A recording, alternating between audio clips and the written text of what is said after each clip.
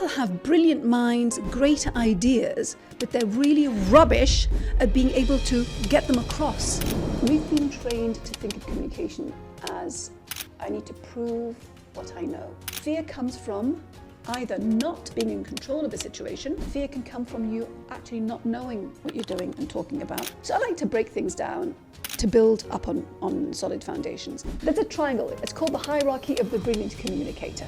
And in the triangle, at the bottom it says inform, and in the middle is educate. I call upon people to become the CEO of Credible You.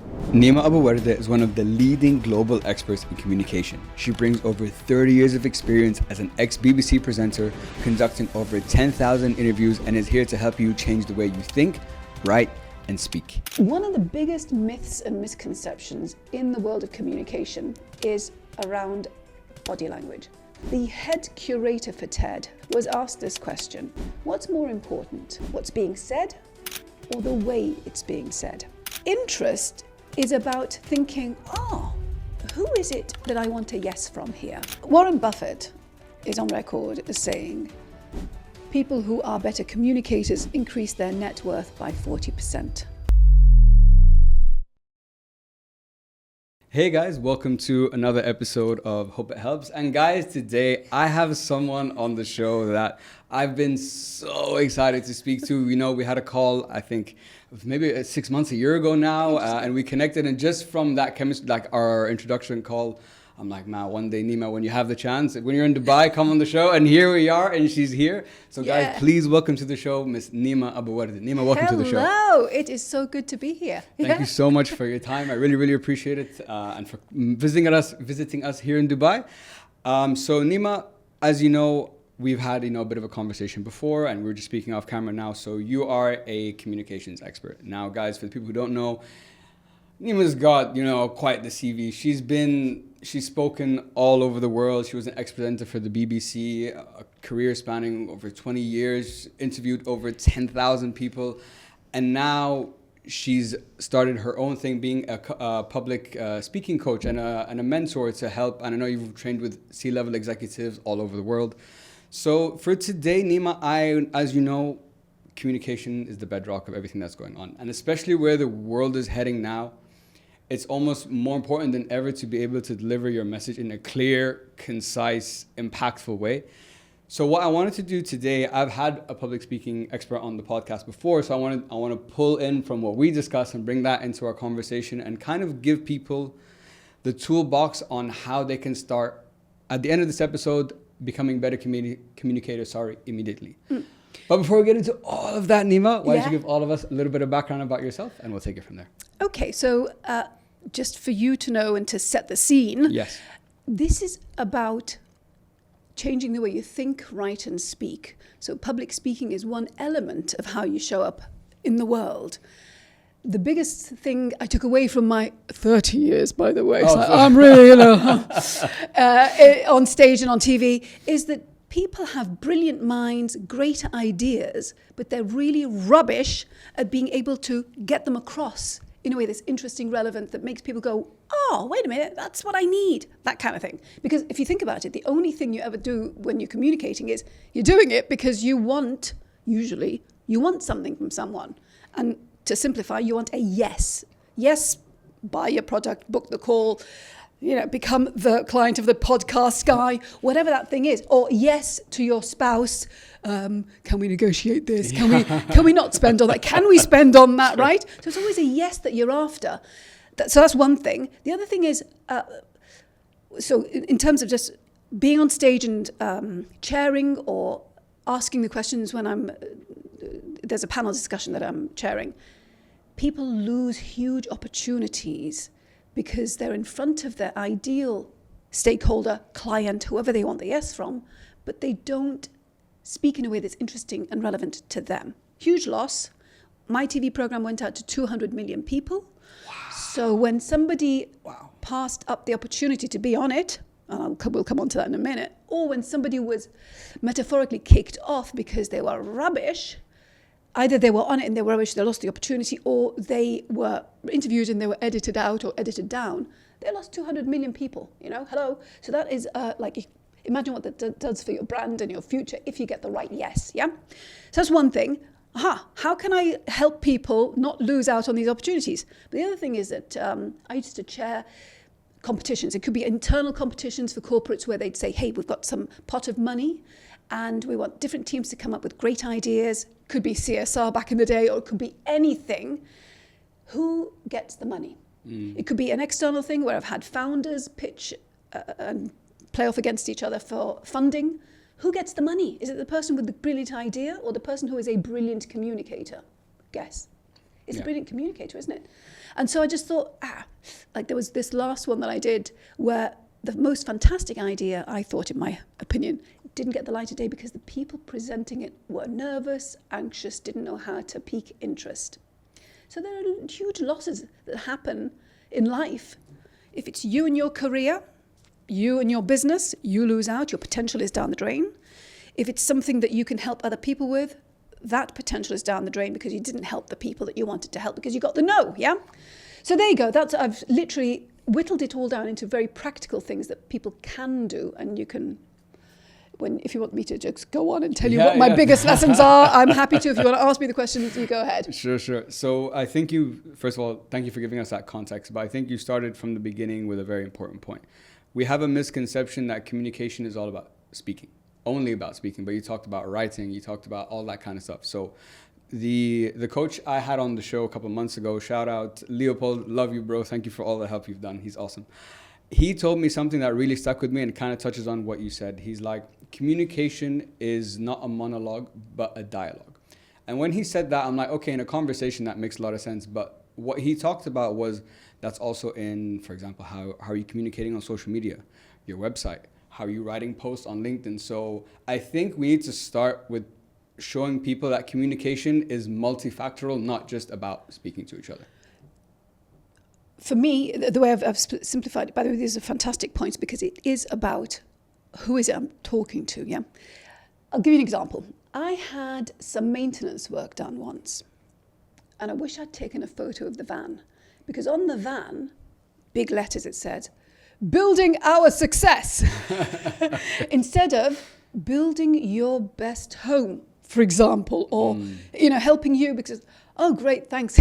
But that's the thing. Everybody is trained, the default mode is, what do? I need to prove how credible and clever I am. So I've just come from a day of training leaders in one of the world's biggest companies. To a person, they did two core mistakes, let's just call it out. One is, when they are given an open-ended question, let's say, what do you do? Really simple. They answer in a literal way. My name is such and such. I am heading up this for this company. Who cares? The answer should be something like, what we know is that people, corporates, decision makers lose out on this. We help them shortcut to the right thing by doing that. So it's benefit result first. And that applies whether you're speaking to anyone, right? Because if you don't address what's in it for them first, nobody's listening to the next sentence. Really simple.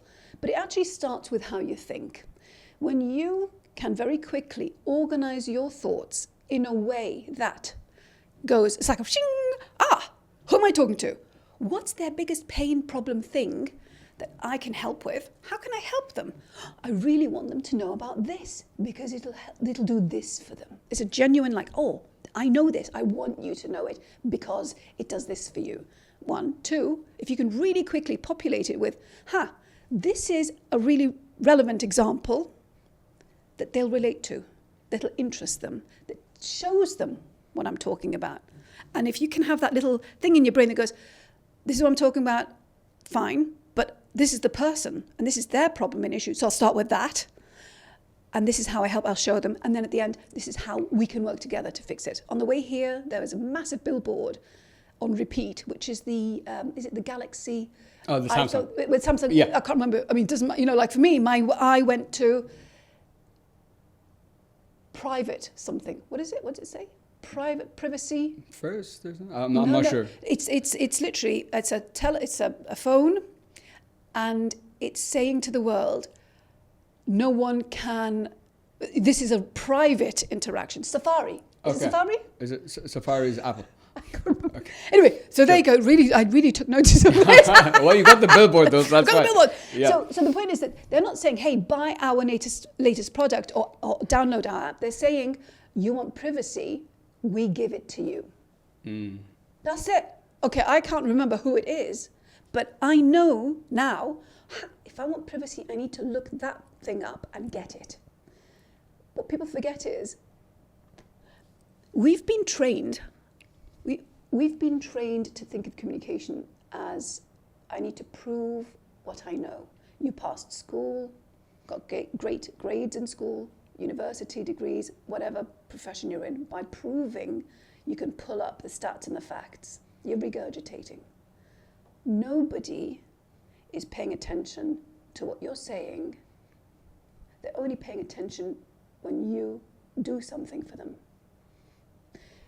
Teachers were paid to mark your work. University tutors were paid to notice what you've shared and written.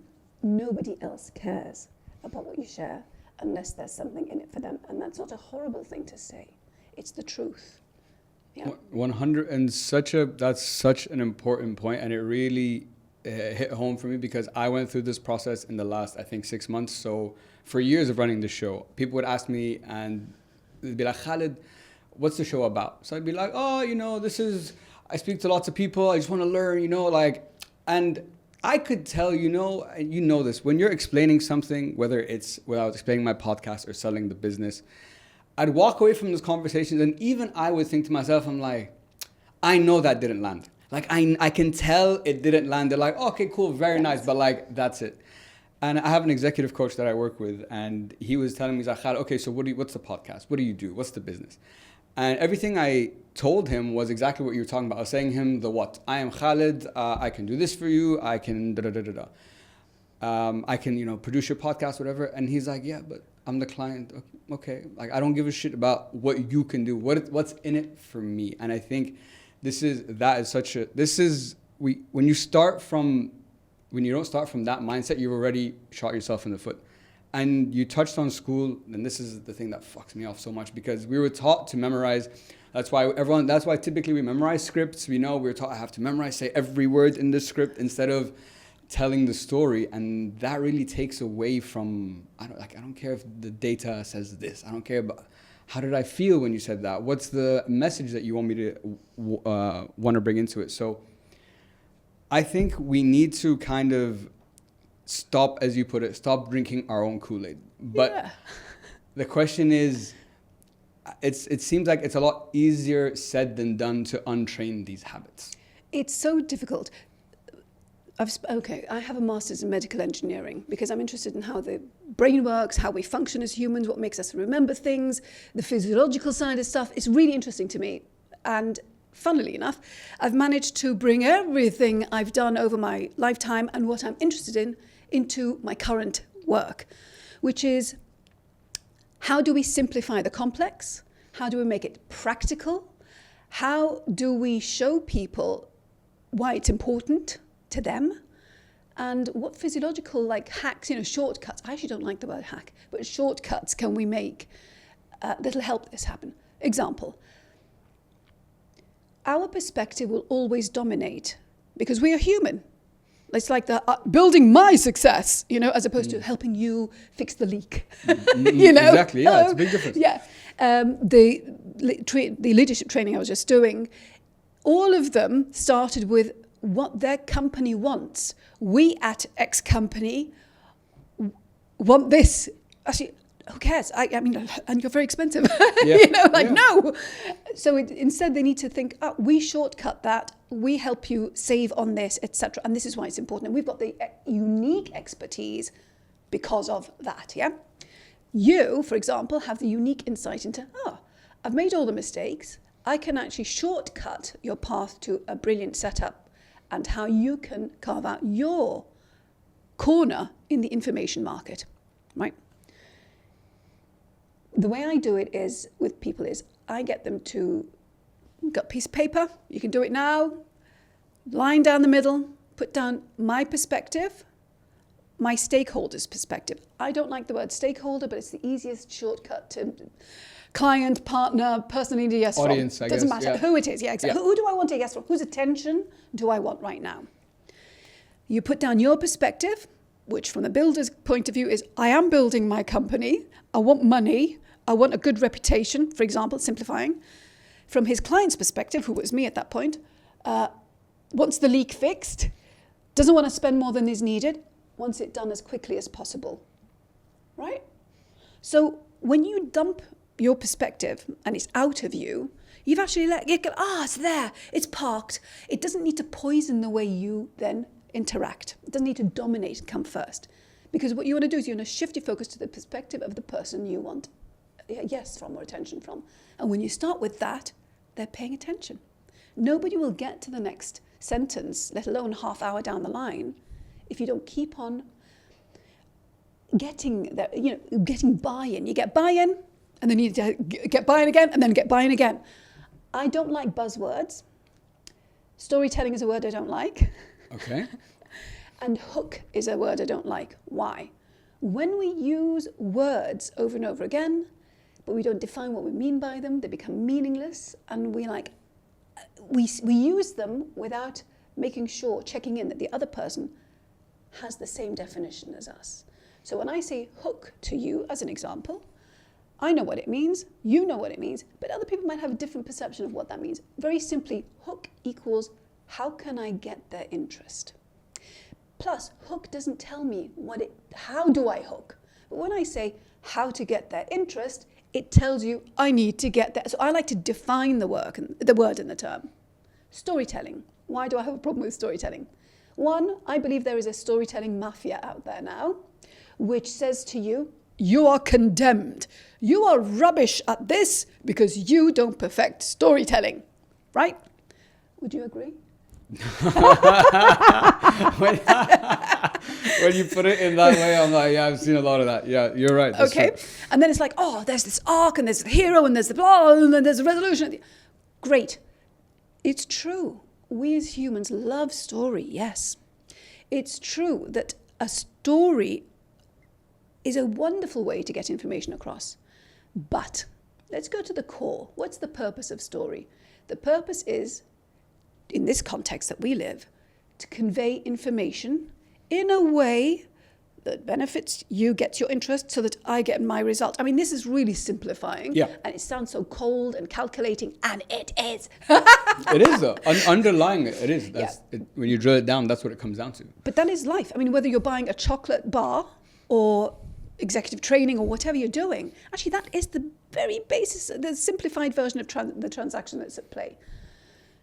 Plus, do you think, my program was half an hour. Okay, so I used to do a business and finance program, my last TV program, that spanned Iran to Morocco, Turkey to Sudan, huge part of the world. It was called Middle East Business Report. I'm laughing because it says what it does on the tin. Really creative, Middle East Business Report. But you have half an hour to sum up the region's news. You have an audience of 200 million people, a potential audience. We can get onto that because, of course, that was what it was broadcast to. Not everybody watched, yeah? Sure. We had a smaller sliver of that who would watch every week because it was pertinent, interesting, informative to them. So am I going to waste precious minutes on somebody giving me a story arc? Never. I create the story arc in my report, for example. Somebody beating a piece of metal. This is Muhammad. He is Morocco's #1 blah blah person, and it's passed down generations. And this is why it's, whatever, you can go through that. But the people I'm interviewing, they need to cut to the chase. They need to tell me, why is this important? How many people suffer, get benefit, have died, whatever. Why is this happening? Get to the point.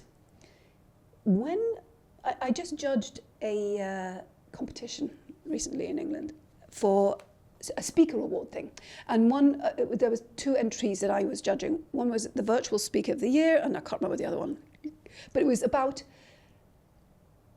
how interesting, there are certain metrics and things that you evaluate against, and I could see how people misunderstand this idea of story. They think they need to follow a traditional story arc which eats up time, which if you don't make it really relevant to the person that you want on board in the first literally line, you've lost. And it doesn't matter how great a storyteller you are if you don't leave somebody with something relevant to them at the end.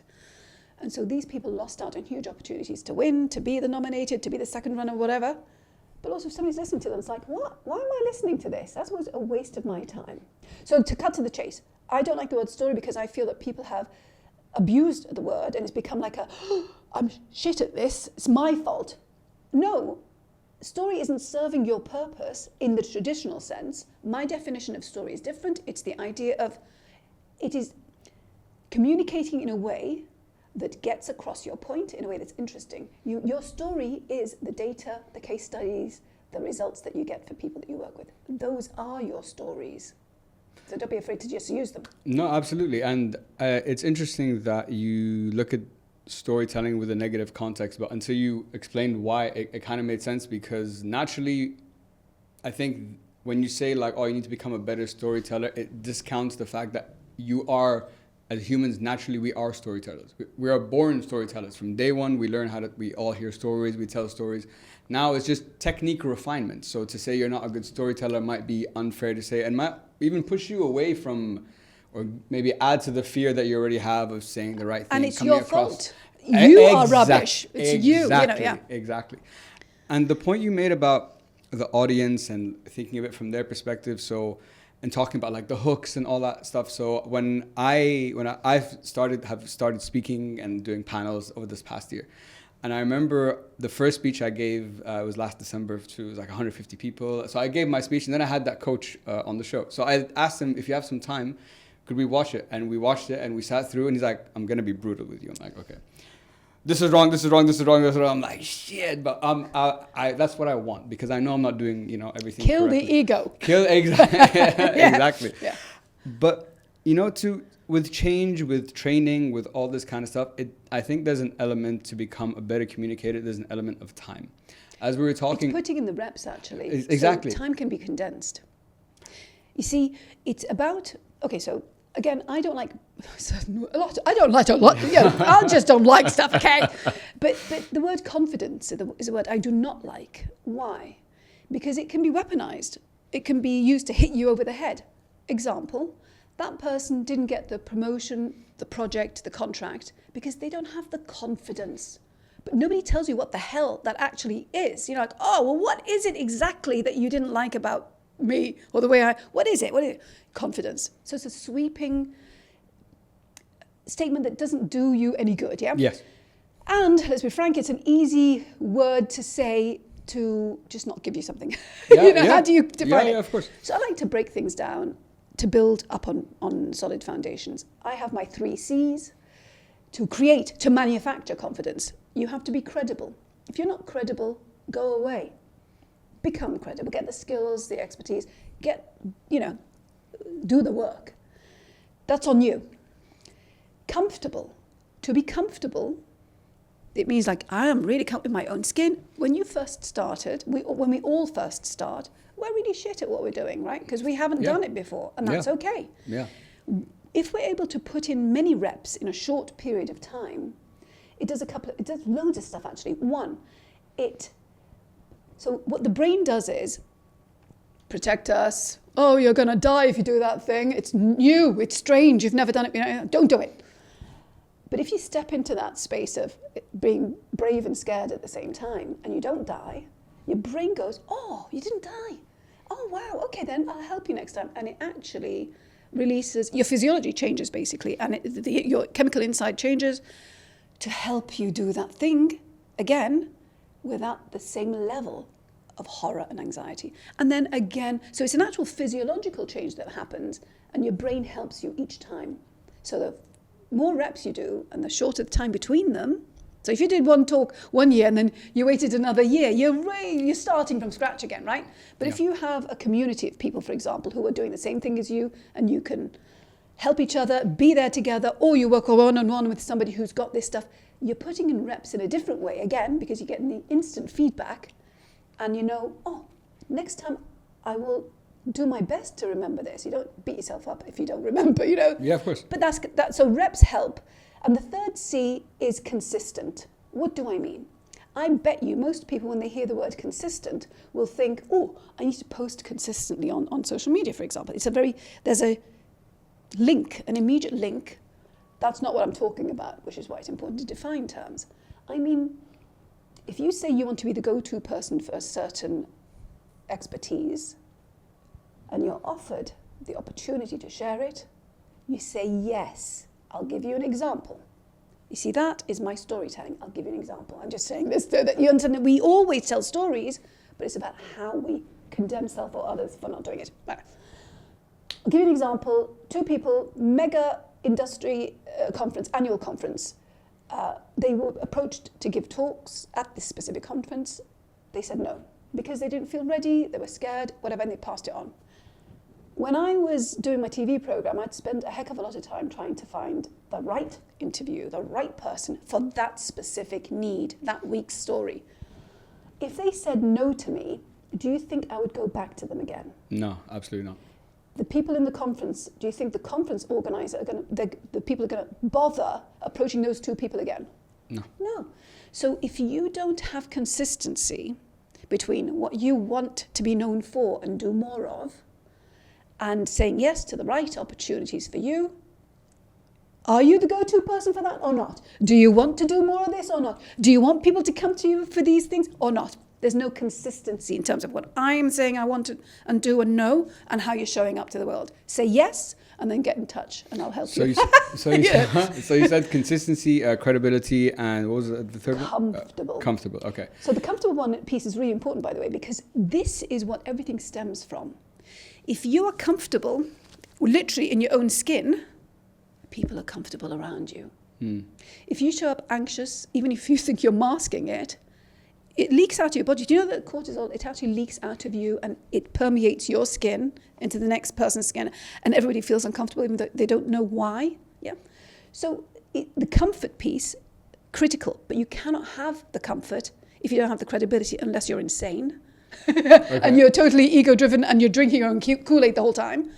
And if you don't show up in a consistent way, which aligns with, feeds into, I am the go-to for this, I am the right person for that, then you're wasting your time and your life's potential, poof, gone. So where does, I bet you hate this term then, because I Never guess know. goes against everything you just said, fake it till you make it.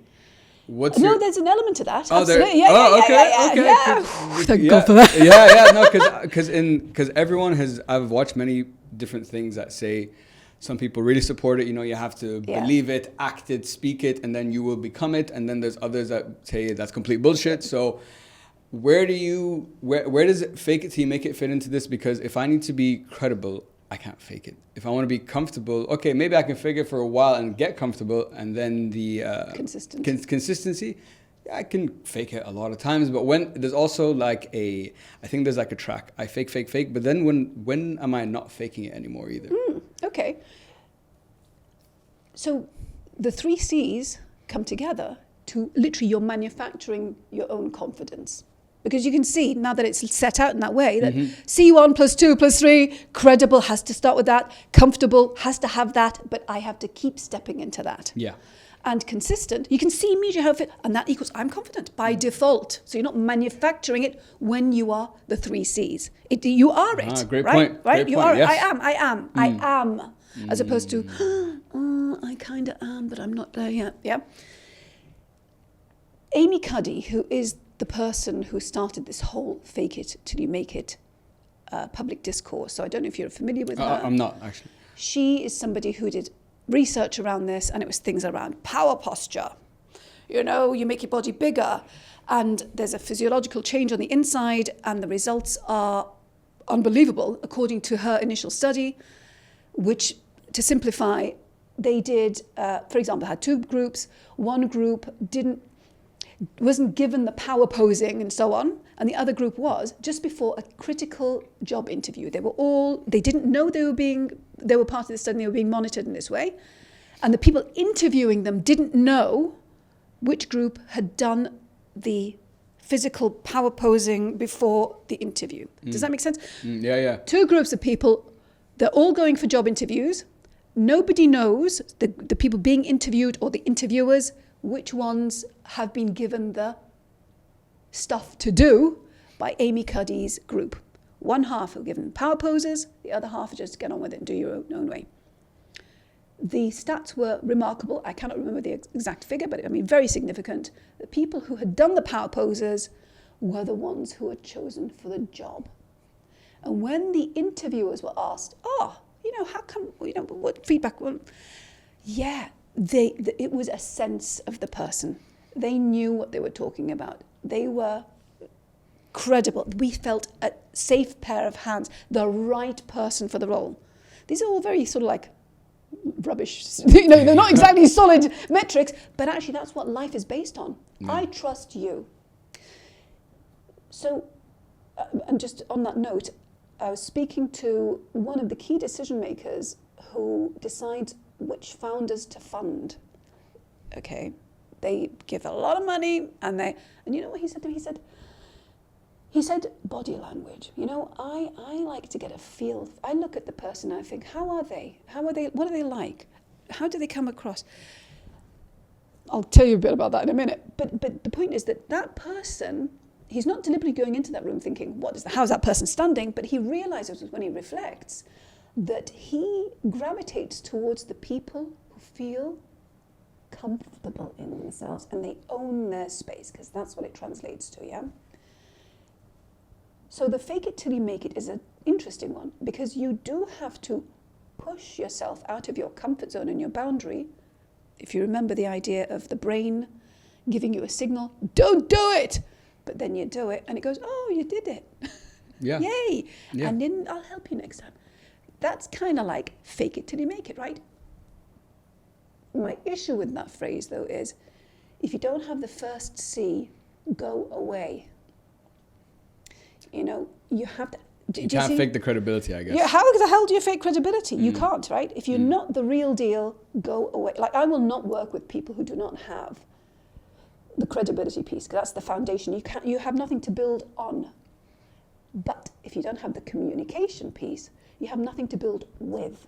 Because communication is how you show up in the world and how people decipher you, figure you out, get a feel for you. I don't do communications. Communications is a PR thing. It's a different thing to me because I've worked with PR firms, okay? And what a lot of them do is they've got keywords that the client wants to say, repeat. They've got a phase that they're in. There's a launch going on. There's a something. If you drill people on what they should say, but they don't have the building blocks of how to communicate effectively with impact and influence, one, somebody like me comes along and cuts out all the keywords because they are boring, irrelevant, not interesting to the situation we're in. Two, even if they're not cut out, say it's a live stage thing, whatever, people are cutting them out because it's boring, not interesting, like, what was that? Why am I listening to this? Three, I just was, like I said, in this leadership training, and what they think is, if I say my keyword over and over again, say innovation, the brain picks up on words on repeat. So if you have a verbal tick, for example, you say, basically, let's say basically a lot. If I said basically every other sentence, your brain would start like, I wonder what she's going to say basically again. So you're actually not listening to the rest of it. It picks up, it highlights that. And it's annoying because it kind of dismisses a lot of context. That's so interesting. It's a nervous tick that you notice. If the word innovation is said 5 times in the first 2 sentences, that's what your brain is like, innovation. But you're not getting the context around it. It's annoying and it's irrelevant. What the hell does innovation mean anyway? You need to define the term and tell me why it's important for me. So we've gone around a big loop, but it is the idea of fake it. How do you define it? If you're defining it the way I would, which is there is something really uncomfortable that I need to do to get to my next success, then you do that. And if that means that you need to take, a shot of espresso and then do it, you do it. You put in the reps. The more you do that with the right feedback and feedback loop, so it's external feedback from the right person and internal feedback loop, like, when I do this, it feels so much better. When I prep in this way, it feels so much better. When I say things in this way, the audience really likes it. Feedback loops. Then the next time, it's less of the fake it, isn't it? But the biggest problem is, when is enough enough? Because when you get comfortable doing one thing, great question. you want to do the next thing. Oh, I did that. A podcast. I'm really good at that. Now I want to do a video on my own. And in fact, building with video is the best thing to do. I don't know why you think it is. I'd love to know why you think it's great. I think it's great because it's the shortest route to familiarity with a person. They get a feel for you, how you are, your way, how you come across, whether they want to hear more from you or not. It makes you really realize how you string things together. I'm really shit at saying that. Yeah, no, absolutely. 100. And this is on the feedback loop. That's such an important piece in becoming a better communicator. And as we were talking before, I edit all my podcasts. So I've watched not only spoken for hours, I've listened to myself for hundreds and hundreds of hours. And it's always like, oh, fuck, I could have dove better on that point. Maybe I interrupted too much. Maybe it wasn't. So it is a constant evolution. And sometimes I might finish a recording and be like, yeah, that wasn't my best performance. And I might go watch the recording and be like, oh, wasn't that bad, but I want to improve on these areas. The point you touched on about perception. Okay, so there's the famous saying, your perception is your reality, right? It's crazy how true that is. So I had someone on the show and we talked about, she's a career coach. And we're talking about, she's like, in the corporate world, perception is more important than your performance. And when she said that, because I had an example of that, from my past, I was working in this company and we were on this training program. If you looked at me from a performance, we're all about the same plus minus. But the perception of me wasn't great. And definitely I was definitely at fault for that because it took me a while to learn how to be in a corporate environment. You're not at fault. It's not your fault. You weren't ever told or taught or modeled this. Well, fair. So it's not your fault. Fair. But I do take accountability for my role in that. Yeah. And that taught me that I'm like, so even you could have the best sales guy, bringing in numbers, the best whatever. If there's a perception about you, two things. Number one, it's kind of fixed. And this kind of touches on changing perceptions or that famous thing, you can't change a first impression, or can you? Well, I like to say you don't get a second chance at a first impression. Well, fair. Yeah, true. Right, because it's a one-time shot. That's it. Exactly, yeah. However, you can modify the way people perceive you, right? Yes, that's for sure. Yeah. Yes. So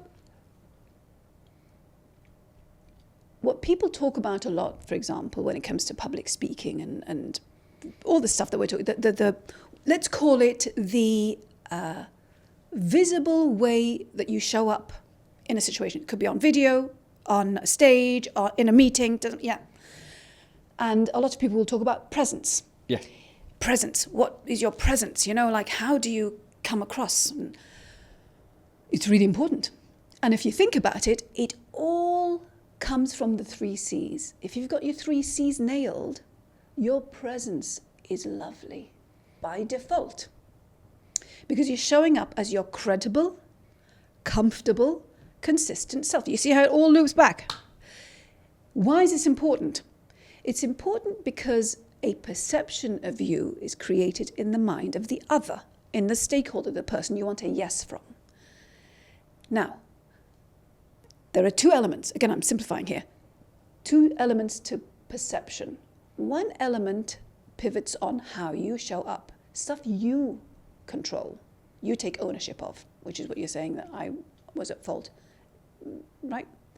But there's a whole bunch of other stuff to do with perception, but there's a whole bunch of other stuff to do with perception that you have no control over because it's about what's going on in the mind of the other person. And it's based on their past interactions with you, their past interactions with people they think are like you, their upbringing, their cultural referencing, a bad day they had, whatever. It's stuff that is not to do with you, but they're extrapolating and they're making micro decisions and judgments that affect the rest of your life. True. If it's a key decision, right? So what the hell can you do about this? You cannot, don't even go there. You cannot dive into the workings of somebody else's mind. That's a lose situation. What you can do is take ownership of how you show up. When your name is brought up, so this person that you've just had the interaction with, who's got this other stuff going on, and they've made it a perception, but I gave that person just like this a chance and they messed up, for example. But then you're brought up in another meeting or down the corridor and somebody says, I just had a chat with Khalid. Oh yeah, Khalid's great at, and the other person says. So that other person has a slightly different perception of you and has seen you in a different context. And that's how you can chip away at a different decision maker's perception of you. Does that make sense? So it becomes the cumulative, and because then that person goes, oh yeah, no, I do notice that about Khalid. Oh yeah, So at the root of this, one, people's perception of you rules your world. It is the difference between you getting the yes or the no. Part of that is what you do to take ownership of your 3 C's. Part of that is whatever the hell's going on in that person's life and mind that you have no input on, nothing, okay? I think an important point to just add on to what you're talking about, Nima, here is perception. I think a lot of times people think it's their job to change their perception of me. No, it's actually my responsibility to change your perception of me, because I love what you said, and sorry to interrupt you, by the way, because it just hit a story when I went through this experience. So when I was when I was younger, I was known as, the party guy. Khalid always just wants to talk about having fun. Where are we partying, guys? What are we doing? And then I asked my friends once, my really close friends, I'm like, guys, do people take me seriously? Because I was wondering, and they're like, Khalid, honestly, no. We don't think so, because all you talk about is partying. Like, people might bring up something serious and you're like, no, I don't talk about that. Let's just where we're going to go have fun. But they told me you can be serious. We've had serious conversations in more intimate settings. And if my closest friends are telling me that means the rest of the world must think the same thing. So it was more than that, because they don't have even that, and that played, and this was all around the time with that job too. So that it was a big wake the fuck up, Khalid. Yeah, we got to change because this is not working out. Yeah.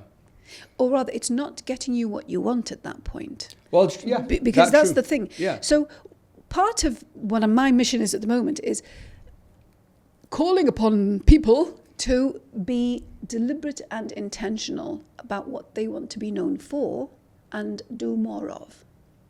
If you were happy being the party guy, hey, that's fine. It's a self-fulfilling prophecy, right? Hey, yeah, that's me and I want to do more of it, yay. But if you realize that that's actually holding you back, and it could be, example, let me give you real examples from the corporate world. Yeah, for example, one person known for a specific skill wants to upskill to another skill that pays more, but people keep coming to her for the first skill. What does that do for her? Many things. One, it holds her back from her next success, because her next success is the upskill that she knows and can do, but people keep, because she's good at it and she's known for it, right? Oh, she can do that. Yeah, go-to person. Damn, she's not earning as much as she could. Damn, she's not perceived as this other skilled person, the go-to for that in people's minds. What does she do? Okay, my fix was very simple, and we can get onto that if you want to, but the point is that really holds people back, yeah? 100%, yeah. 2, very different. Mum gives birth, head of HR, who is also a mum, and this is relevant for this reason, says, the best person for this external training, it was a huge big deal, one person from the company's going, and it was going to be flown out to another country and do this magnificent bit of training, but she's just given birth. I won't offer it to her. Because why? The head of HR made a judgment call that was based on her. The perception that she had created about this new mum is, when I was a new mum, I did not want to travel. I did not want to go. So I'm not going to offer it to her as a kindness. And then she kicked herself. We actually had a meeting that day, me and her, and we had this discussion because it's about perception, reality. And I always say, discover, don't decide. Discover what the other person needs and wants, Don't decide on their behalf. That's such great advice. Right? So she went, oh my God, I've just made a decision that affects her future and her life. Let me go and have a discover session. So they had a chat and they decided the training will happen in the summer when her other children were on holiday. The whole family goes. She does the training, comes back, happy ending, right? Discover, don't decide. Don't make assumptions based on your bias, perception, what's right, what this person wants, right? And the third example I will give is of somebody who has left their role in the corporate world because they were being offered something different. It's to do with regulatory change and the expertise that this person has. And this person thought, actually, I don't want to do that, this thing that I'm being offered as my next role. I want to be known for this specific things. I want to lean into that. And so right now, this person is, what we're doing is co-creating the keynote that he's going to be giving at a conference that cements their next success. I am the go-to person for this. I want the interest of the CFOs, in this case, in the audience, and I'm speaking to that. And at the end, my call to action will mean that they will come to me for the thing that I'm brilliant at and I can help them with. Do you see? Yeah. So the point is, I'm all about communication. What does that mean? My whole job is really simple, actually, but is it? Because it's about simplifying the complex. It's about how do you get across what you want, need, know, do in a way that interests the other party, the party that you want a yes from. Sounds really simple, doesn't it? It is when you break it down. But it's really difficult because we're dealing with humans who are irrational, erratic, a pain in the backside, you know, what? Yeah. But it is about breaking it down into building blocks of, I know this, how can I do it? Yeah. One, so my big call to action is, people, communication is the currency of your success. How you communicate is how people perceive you, is what they take away from you and what they decide you are. You can have the best idea, brain, everything. If you cannot get them interested, forget it. That's it. Game over, right? Yeah. One. But there's a second part to this. The only thing you own is what you know and can do. That's the only thing you don't own anything, actually. Think about that. Nothing, yeah? Take ownership of it. Yeah. So I call upon people to become the CEO of Credible You. Oh, I love that. So it's a role, I love that. A mission, an identity. And you do that whether you work for somebody else or you work for yourself. I am the CEO of Credible Me. Mm. When you do that and you marry it with the 3 C's, the way you show up is different. And it's the I am energy. I am the expert in this. There's somebody who worked with me who is a founder and got through to the first time we went through this and the I am, because it's all like, when I get this, I will be.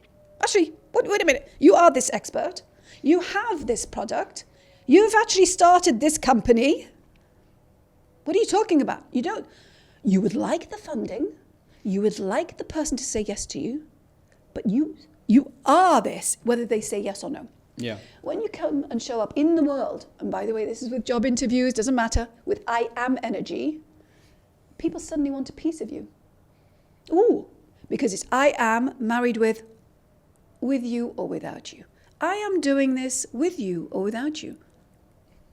With you or without you energy is very powerful. Yeah. Because especially when it comes to like a deal, even when you're in a business setting, you're building a business, even like I am, sometimes I'll have meetings with clients and I'll be like, yes, we want to build a business, but at the same time, I don't have to take this decision. We don't have to work together. And this kind of comes back to what you're talking about, and I think there's an underlying thing behind everything we've discussed, which is fear. Now, fear comes from a lot of different places. And I know that what makes us the most scared, as you put it, is we don't look like a fool. No one wants to look like a fool. But in order to get anywhere, you will risk looking like a fool to get there. And I think I had someone on the podcast actually just a few days ago, and we were talking about, she mentioned, she's like, you have to have the bravery to communicate and to reinvent yourself and to express your thoughts in the right way. But with that, the question I had is, why is there a bravery aspect behind it? I'm just saying what I think. No, because to be brave and to express honestly and clearly, you're at the risk of being judged too. So I guess first I want to touch on how you help clients get over this fear piece. But taking a step back first, when you started your career and you know speaking on the BBC and whatever, the stakes on that could not be higher. So I'm curious, in the early parts of your career, how did you get over that fear?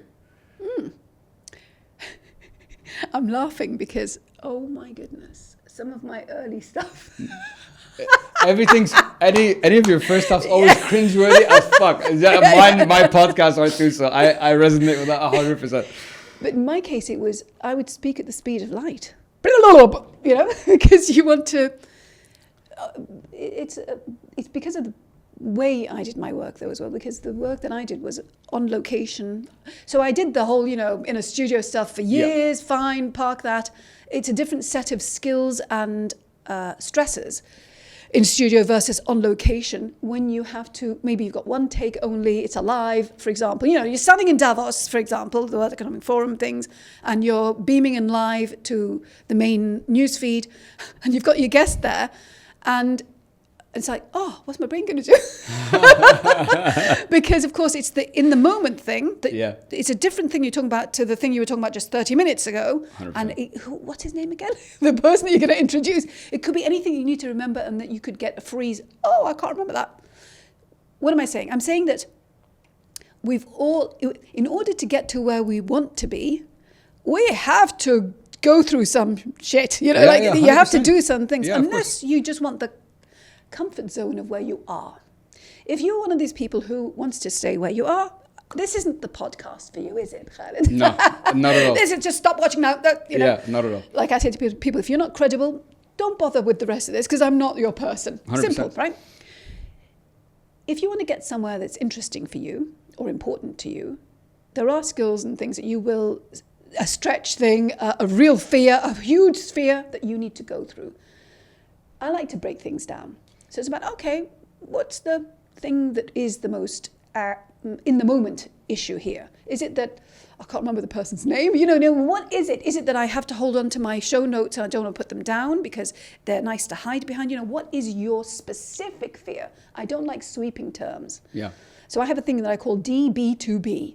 Define it, D, break it down into the small parts, to build it up on solid foundation. Don't say anxious, stress, fear. Tell me where it comes from and what it is in that situation, in that moment. Is it looking out at a sea of people staring back at you? Is it the bright light? By the way, like every time I do media training, just the minute the light goes on, ka-chink, everybody goes into freeze mode. Oh, I can't speak any language now, you know? So, you know, these are real things, right? Of course, absolutely.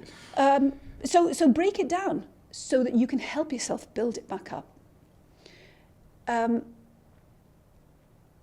What is it you would love to know from me about this stuff that we're talking about right now? Like you're talking about the career thing. Is it about how did I get through it? You know, like what's the most interesting thing for you? For me, it's because what we're talking about here is, you know, speaking and communication, and fear is probably one of the main things that holds people back from being able to, from taking that opportunity to speak on stage, from going on a podcast, from, you know, starting creating video content. So, and you had to overcome your fear of like communication and speaking in environments that are at the highest stakes. Unforgiving. Yeah, exactly. You know, you can't, in this podcast, we can mess up, whatever, it's fine. But how did you build, I guess that, again, I know it comes back to the 3 C's, but was it a moment? Was it a story? Was it an accumulation? Yeah. You know, when did you feel like, now I'm not scared anymore? Well, or I'm sure there's always some level of anxiety or something, you know, when you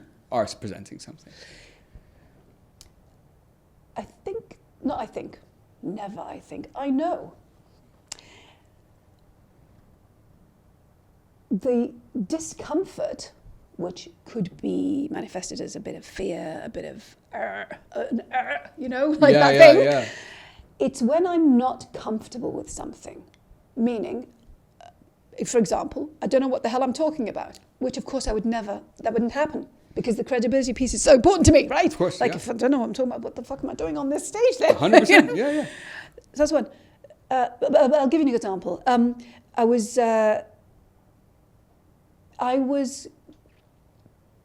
chairing something, I can't remember what it was now, and there was a delay, and there were going to be people announced as winners of this big thing, and we didn't know who they were. Like something hadn't come through. Some key piece of information had not come through. And the PR people were panicking.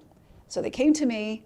They were really scared because they were like, we're late, people are getting, there's unrest, and we want you to propel you, bing, onto the stage to say anything just to make it okay. All right, so I, first of all, didn't let their fear smother me. That's on them because it was their organization, everything that was on them. There's nothing to do with me. And I drew a boundary around what I will and won't do.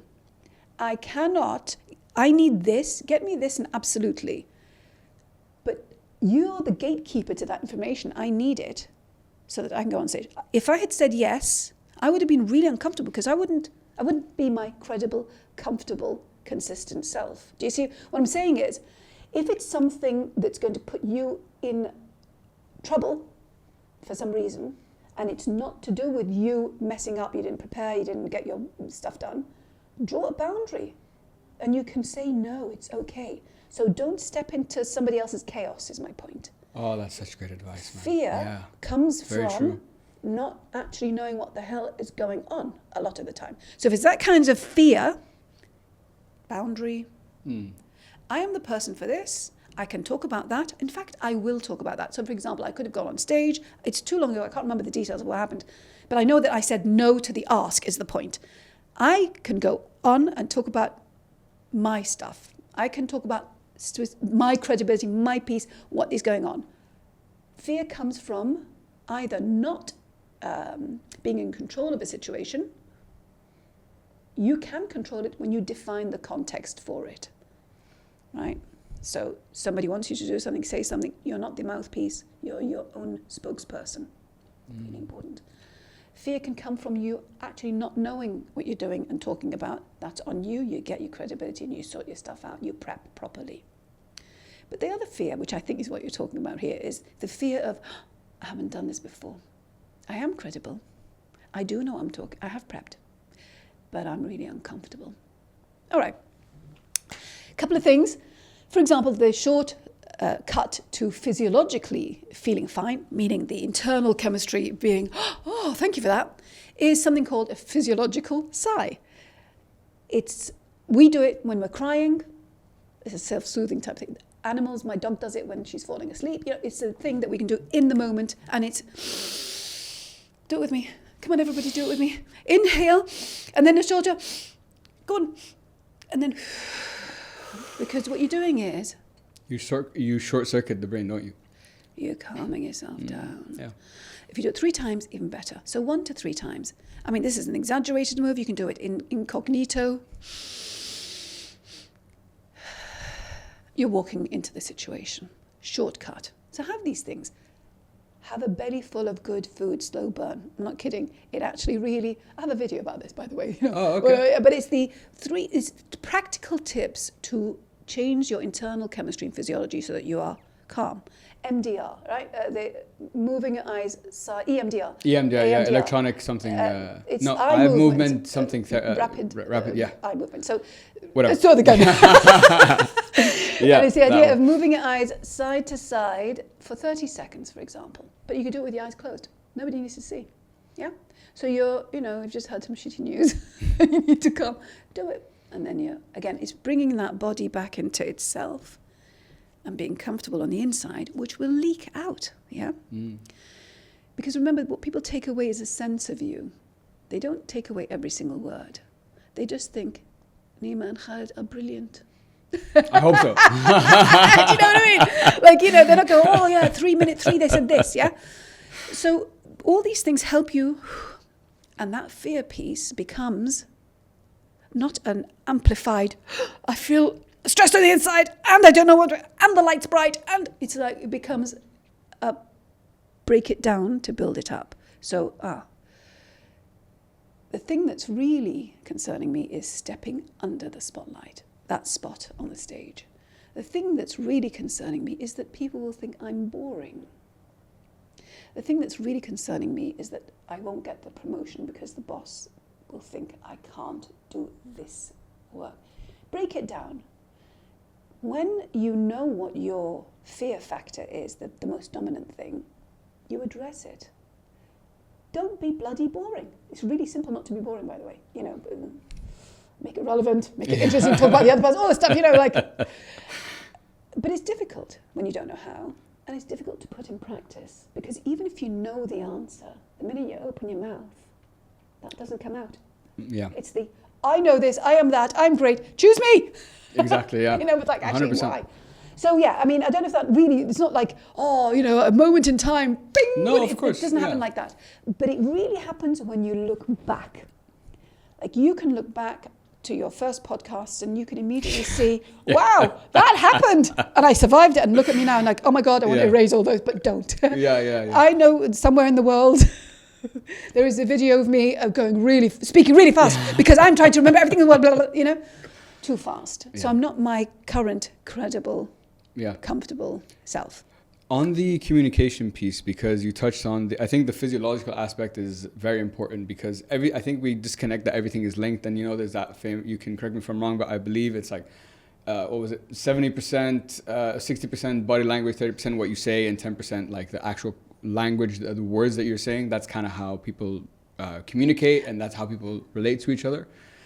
But for me, I was like, and then I've heard things like, you know, Tony Robbins has a famous thing, he jumps on like a trampoline. Someone told me motion creates emotion. So like, if I'm nervous or whatever, so the psychological side that you talked about could be a calming one. But if you want to like get amped up, you know, some jumping jacks or whatever, just to like get you in the zone. And I've tested this out myself, and I've actually felt the difference. And I had a similar experience when I first started like speaking. I just want to get it out. It's that nervous energy. You can hear that quiver in your voice. And then someone, it's your heart. Yeah. It's going like 1,000 miles an hour. And I have the whoop too. So when I was giving that speech, I went and looked at the beginning. You see it go like that, and then it like shoots down as you know, as I get into the talk. But you need, I think, when it comes to training someone on how to be a better communicator, from what I'm seeing, it seems that everything is very there's not enough emphasis on the physiological compared to that, like how to say this or deliver this message. I think this is such an important piece and if it's the biggest the way we communicate as people subconsciously is body language. It's almost like there's been an asymmetry in this communication space and how people are being trained. So, again, to be brutally honest with you, there is a lot of myth and bullshit around body language, right? Oh, okay. Maybe I'm wrong. Yeah. No, you're not wrong, right? But I'm just giving you the context. Sure. First of all, let's start with your heart rate went up at the beginning. That's really important. It's good to have adrenaline, which is what it is. Shing! There's cortisol, adrenaline, pew! Energy, yeah.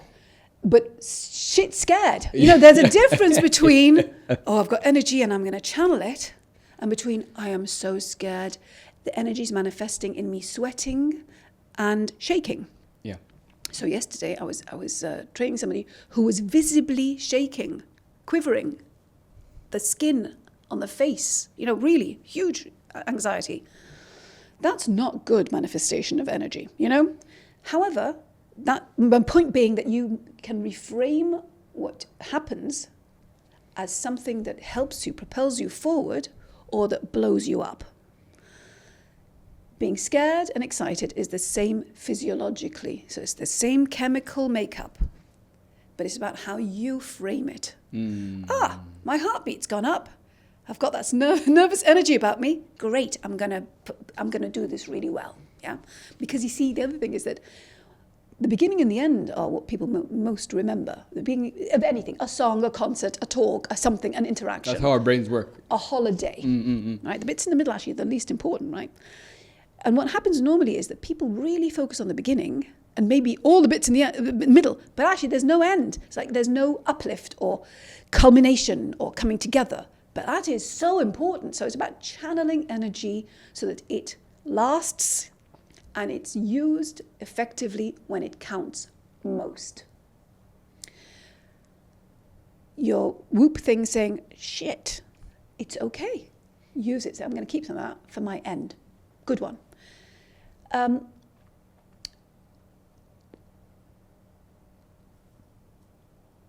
Where did I want to go with this? Remind me. You were the talking energy, about the energy. we're talking about the energy. You're saying it going up is actually a good thing No, because you can how to convert it, how to channel it. But what you were saying about body language, that's Yeah. yeah, body language. So one of the biggest myths and misconceptions in the world of communication is around body language. There is somebody called Mehrabian.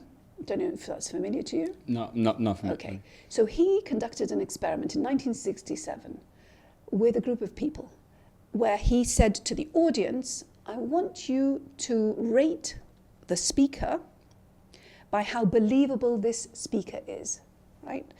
And what he got the speakers to do is to talk about something, but to physically manifest in a different way. Example, I'm sorry, but with a smirk.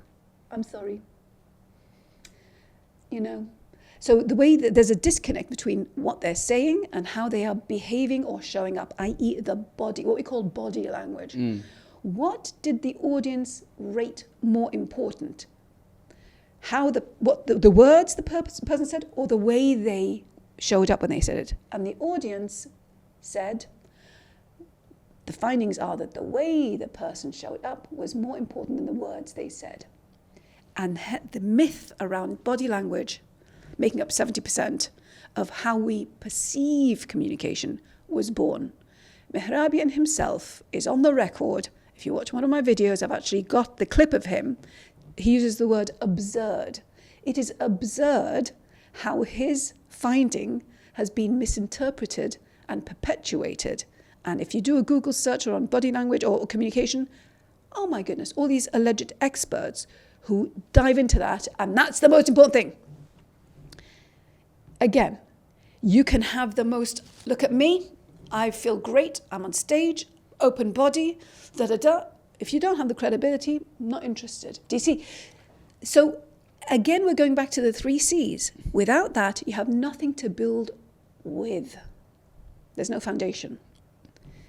However, it is important. Body language is important, but not in the way of the Mehrabian thing. It's important because if you are the best credible person, but you are really small in how you show up, you're closed off, you're not able to, what I call, take ownership of your brilliance and expertise, people are just going to, again, default into the perception of that person doesn't have what it takes. That person doesn't have the confidence, etc. So it is all linked, but it's also bullshit. Because what happens is, look, this is why I am actually, so you've got people who are podcasters, you've got people who are public speakers, you've got people who are lots of different elements, keynotes, trainers. My message to the world is, it's useless. Not useless, but you don't get as much out of it. And sometimes actually, it's useless. It's useless. It's useless. It's a waste of your time doing all of this training, including media training, all the stuff that I do with people, if you don't have the foundation of how to communicate effectively with impact and influence. It's the difference between given the fish, learning to fish. Because every interaction that you have will change if you know how to communicate effectively, because you will know, this person needs this or wants this. I can help them with that, and it could be your teenager. It doesn't have to be somebody that you want as a client. It's anybody and everybody in your life, yeah. But I concentrate on the work piece because everybody in this world needs to earn. Most people need to earn, right? Their life's potential drips down the drain when they don't show up as their 3C self and actually able to show how they help the situation, the person, the client, the boss, the team member, right? So it is actually about enabling people to have their best, most fulfilled life, right? Like imagine if you never started.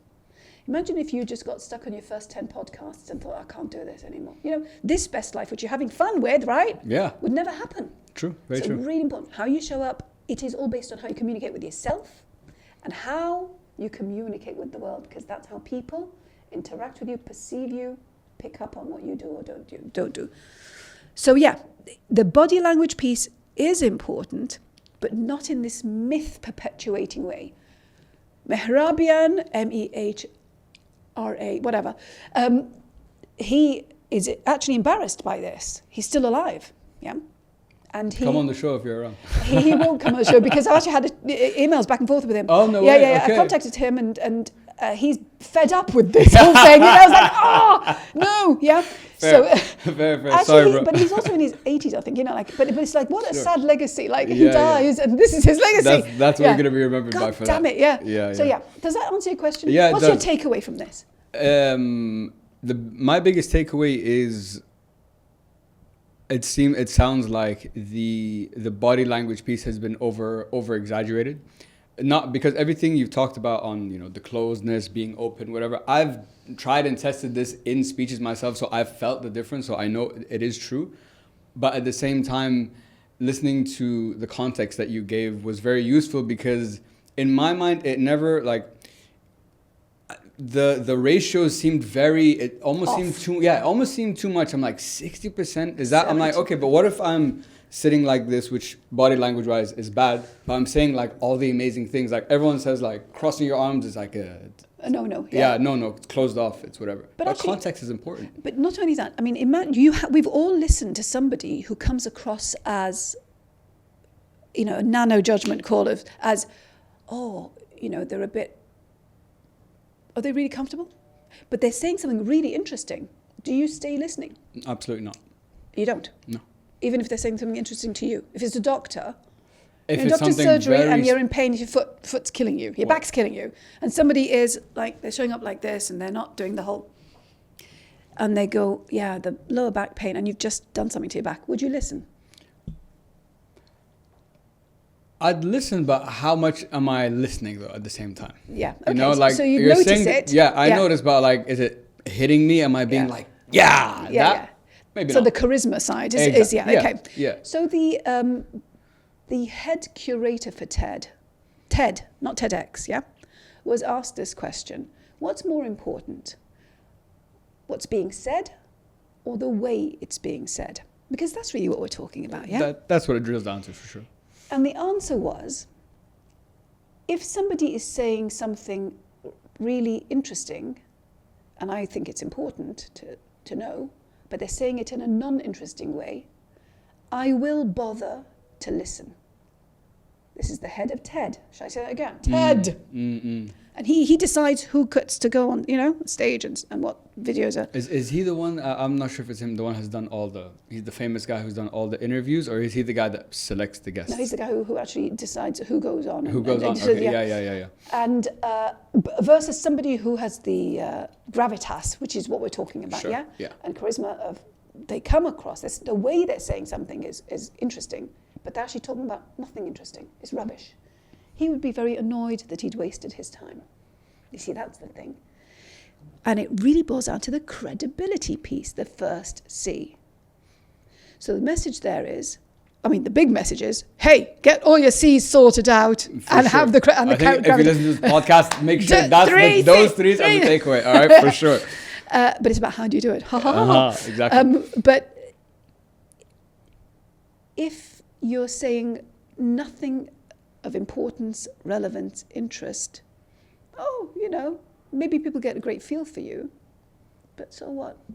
Like, what are you the go-to person for? Yeah.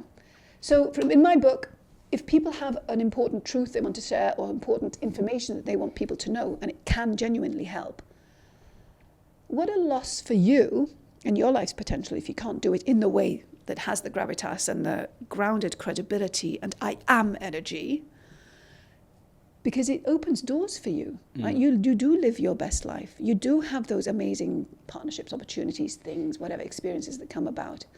But how sad for people who've got all the credibility and, it just stays stuck in them, right? Personally, I've had people who have said, oh yeah, I want to be on stage. I want to do this thing that you're doing, this kind of thing. And I'm thinking, great, you're very well dressed. You are, you've got that sense of self and what we call confidence, i.e. they feel, I can stand on stage, I can do this, I want to do this. But they've got nothing to contribute. I mean, I am thinking of a specific person here. It's like, actually, okay, good for you. Go and do it somewhere else because I'm not touching with the barge pole. Because, Fair. it's like, it's a performance. Now, on this point, performance. You said that your first speech, up and very fast.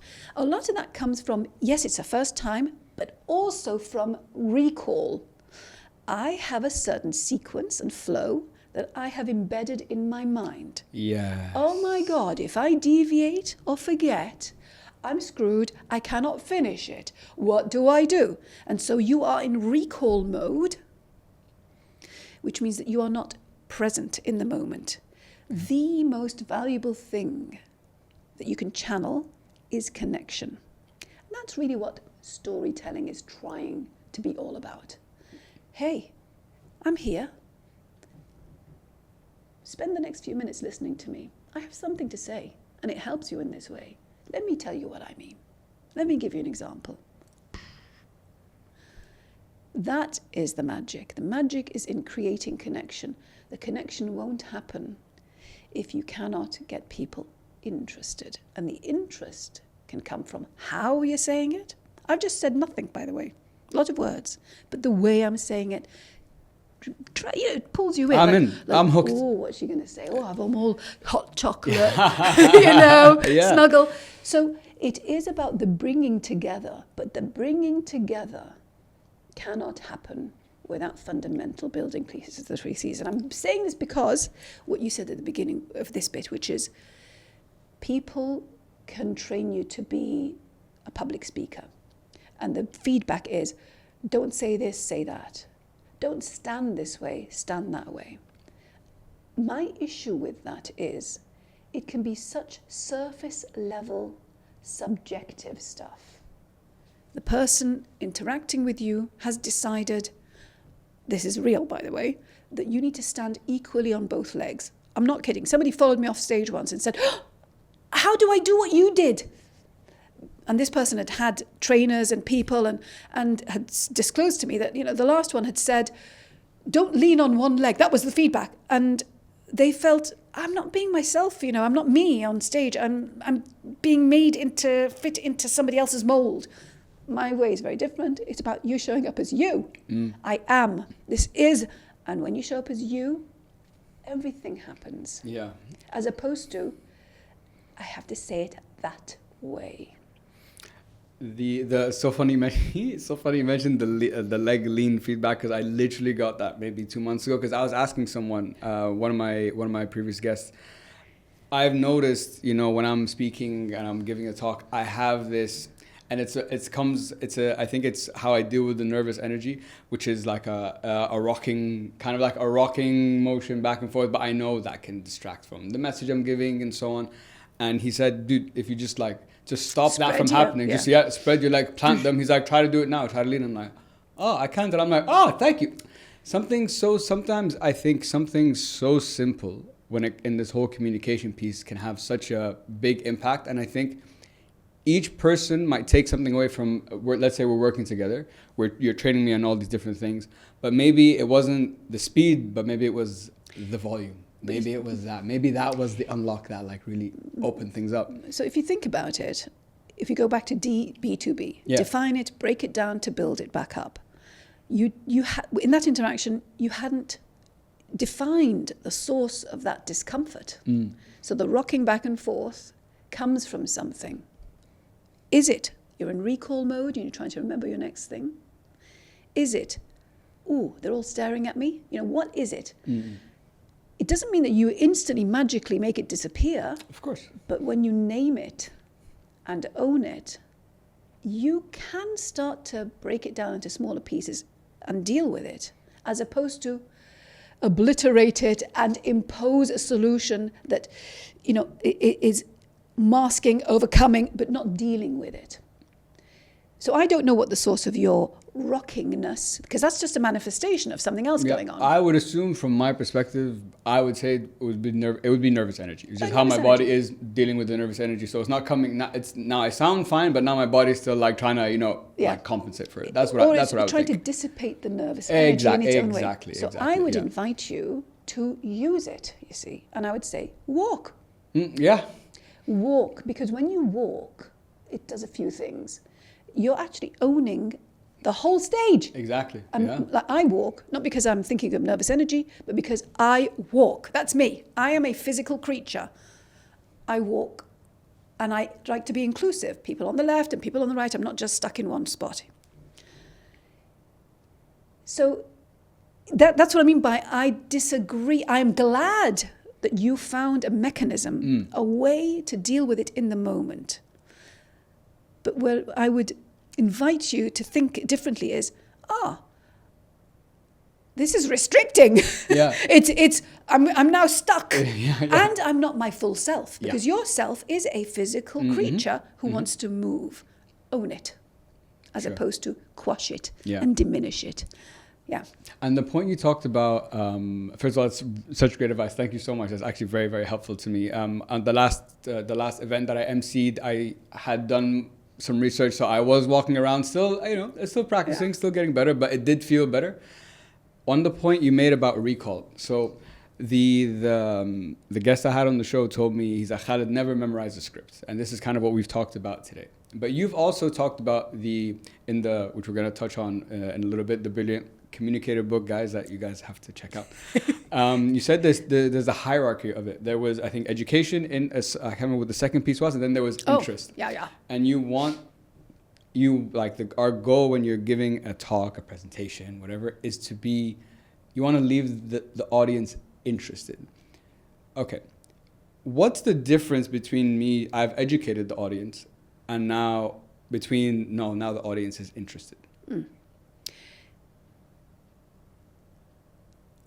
Imagine that we were live, right now, me and you, live broadcast.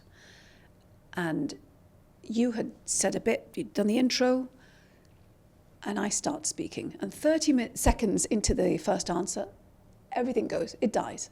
No more electricity, and that's it. I'm flying out. It's not going to happen for a few months. If it was live, people would take away that first few seconds of me. They'd have an impression, a perception, all these wonderful things. Correct? Correct. Imagine I'm interviewing a guest live. Of course, this has actually really happened many, many times, of course, on live TV, on stage. These are live interactions. You can't go back and edit it. The first thing, what do we remember? We remember the first thing that happens and the last thing. That's how we frame an interaction, an experience, a person. If you are starting with something that isn't relevant to that person, do they give a shit? Do they listen to you? No, right? True. Now, sometimes you deliberately want them to stop listening, and I'll explain what I mean by that. What is she talking about? Okay, in a minute. Your biggest success, I'm inviting people through my work, is to reframe success. Your success is when you are able to pique and get the interest of the stakeholder you want a yes from. And you do that with the first sentence out of your mouth. It does two things when it's done well. It tells the person you want a yes from, this is what I do, listen to the next sentence. But it also says to the people that you don't want to give you the call or book the demonstration or whatever, not to listen to you, because it's not relevant to them. It's a filter. Every message, instead of thinking of it as a funnel towards something, because we're taught all these things about funnel. You want to have as much people in the top, and then you want to drip down, and then you get some of the people at the bottom. Forget that. Forget this bullshit. Forget it. You want to start with a deliberate, intentional way of showing up, interacting, communicating, to filter for fit. You want to filter out the wrong people. You want to filter in the right people, fewer numbers, but the right people. And you want to keep them with you along the journey. I say influence, not influencer. An influencer wants as many followers, as many likes, as many ping, ping, ping. I feel good about myself, but doesn't do anything for my life. In fact, it makes my life miserable because I have to have that dopamine hit each time. You're like, oh, I didn't get 100,000 likes, you know? Yeah, of course. Versus I have influence where it counts. What is influence in my definition? It is the ability to affect or bring about behavior that is very specific. So you influence their next step. Example, at the end of this podcast, you would love people who want a podcast to get in touch. Sure. At the end of this podcast, I would love people who are credible and want to take ownership and become known for their credibility, which increases how much money they earn, which increases opportunity, all these great things, to get in touch, right? That's our outcome. So when we are talking to the wants, concerns, fears, the voice in the head of that person, we're more likely to get that person wanting to book. It doesn't matter if it's 10 people, one person, 100 people. It's the right fit. Would you agree? Fair. What we don't want is people getting in touch who are the wrong fit, who waste our time and their time.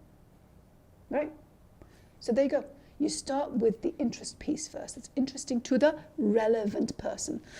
We are taught to get through life, to prove how clever we are, to be like, you got an A grade. Well done, Khalid. You got triple A. Oh, thanks. Yes. What does it do for you? Nothing. Fuck off. Right? So like, oh, well done. Yay. What you want to flip it. So the educate, what Khalid is talking about here, I've got a triangle. Can I tell them? Yeah, please. There's a triangle. It's called the hierarchy of the brilliant communicator. And in the triangle, we'll pull up the book. At the bottom it says inform, and in the middle is educate, and at the top is interest, right? Triangle, inform, educate, interest. I can't remember what page number on is there. And the idea here is that inform looks like this. Take this pill at 3 p.m. Bing. Will you do it? I'm giving you information. Put the TV on at 2 p.m. Take this pill at 3 p.m. I mean, it's information, right? Does it give you context? No. Does it tell you why it's important for you to take it? No. Will you do it? No. Because? Because I don't know why I'm doing it. Because maybe it's going to be bad for you. Maybe it's going to go against your principles. You don't know what information. The next layer, which is where experts get stuck, is the educate space. Because people launch into proving their own knowledge, cleverness, credibility, and telling people a whole bunch of stuff that's overwhelming, doesn't tell you why you should care, and actually I'm not interested, I'm not listening anyway. Even if I'm sitting in the audience, doesn't mean somebody's actually listening to you, yeah? Interest is about thinking, who is it that I want a yes from here? Whose interest do I want? Okay, it's this person. In your case, I don't know, it's a person who has got a small business, for example, who wants the world to know that they manufacture this or that they are experts at that, right? My audience base is an expert, an executive, a founder, an entrepreneur, somebody who, again, has credibility and wants to be known for it so that they attract opportunity instead of chasing it, right? Okay, so what's the thing that they are struggling with most, worrying about most, keeping them up at night most?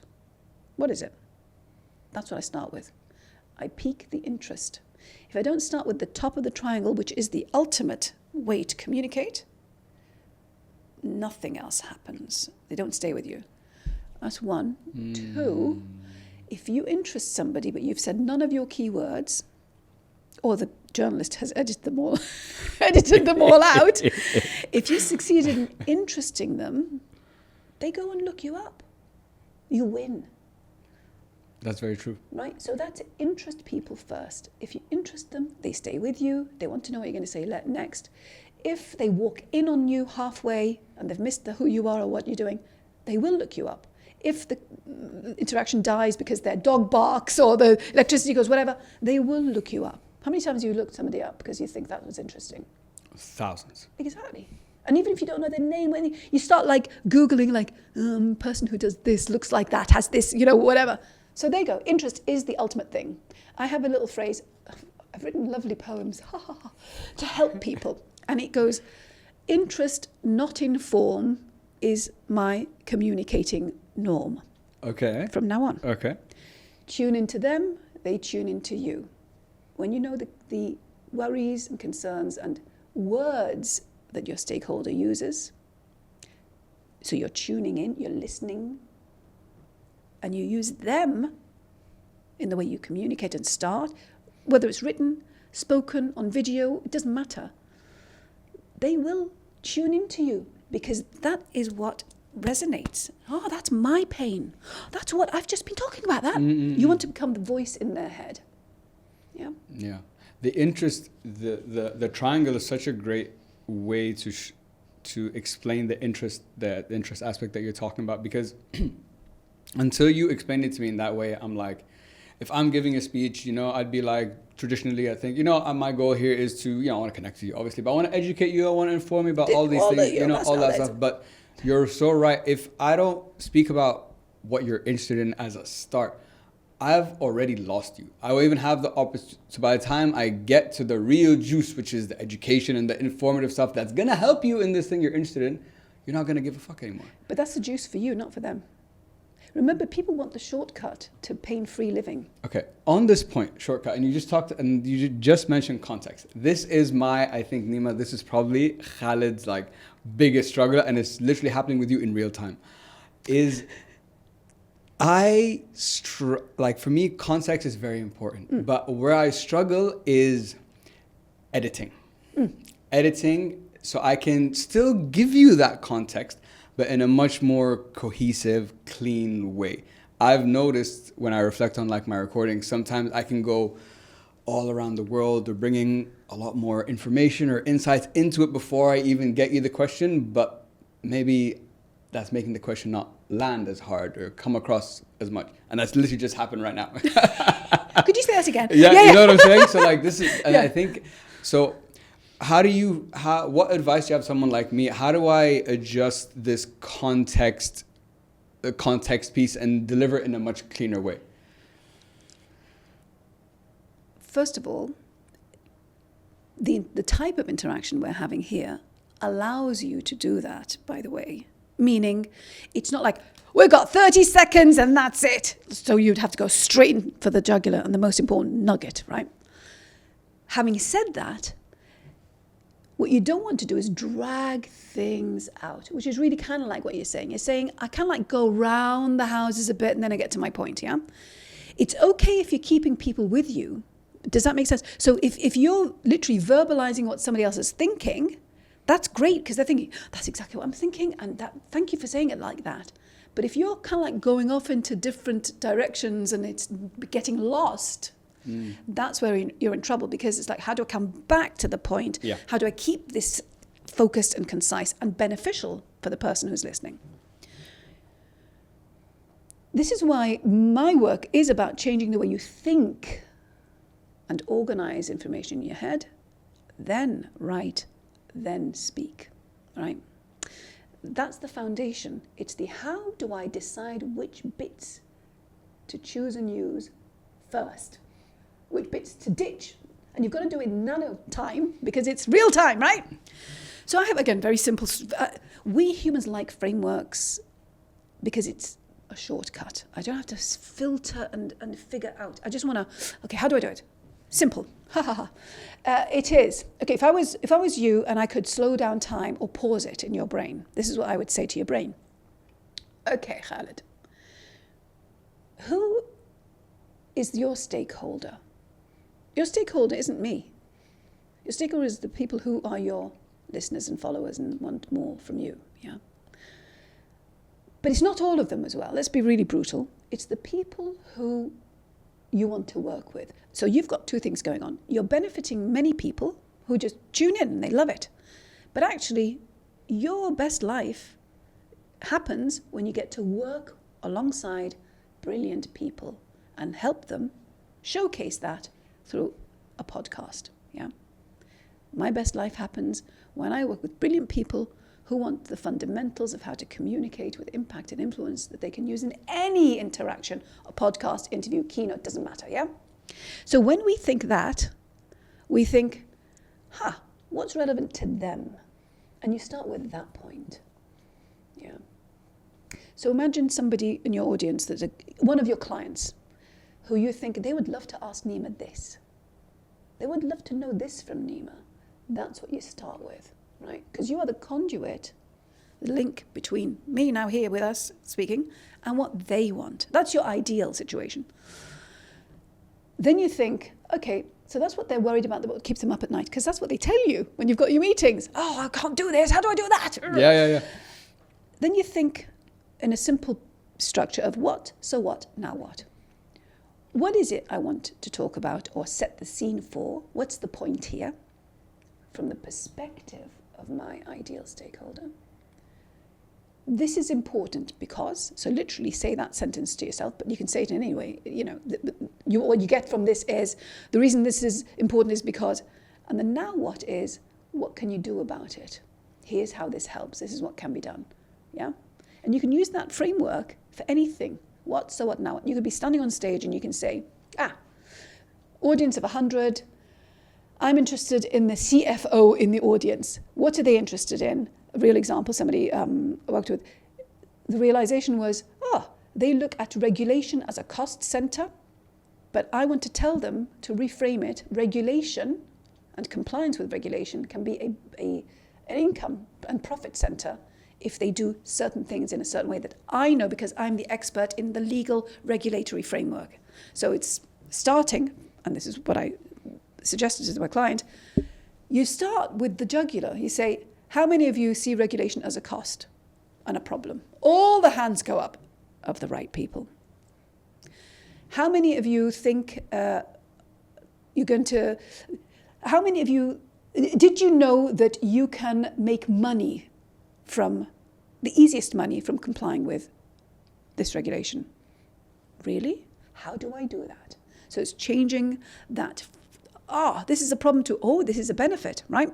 So you're getting the interest of the right person, and then you say, this is important because a huge misconception is, a huge problem people face is, and this is how I help. Do you see? That's actually really, really helpful, because listening to the way you described it in terms of a framework and a system, when you put it in that way, in my head, I was like, if I started implementing that thinking Default in real mode. time, Mm-hmm. it would probably help me bring my point across in a much more, cohesive way. So that's actually really, really great feedback, because again, I like setting the stage. So that's why I like bringing as much context as possible. So, it's the build for the question to, punch and land. But sometimes, like you just said, that can also be misleading, could, take away from what I'm saying. But what you started off when you answered that question, which I thought was very interesting, was the context. We're doing a podcast right now. And I thought this or my, I don't know what I would call this, a challenge, the challenge I have is an issue, would be problematic in every different context. But until you said that this is a podcast, I'm like, I guess here maybe I have the more freedom to express all these things compared to if I'm on stage or if I'm being interviewed, because... Or you're pitching. Or pitching, because I've interviewed hundreds of people. You've interviewed over 10,000, which I want to dive into in a second.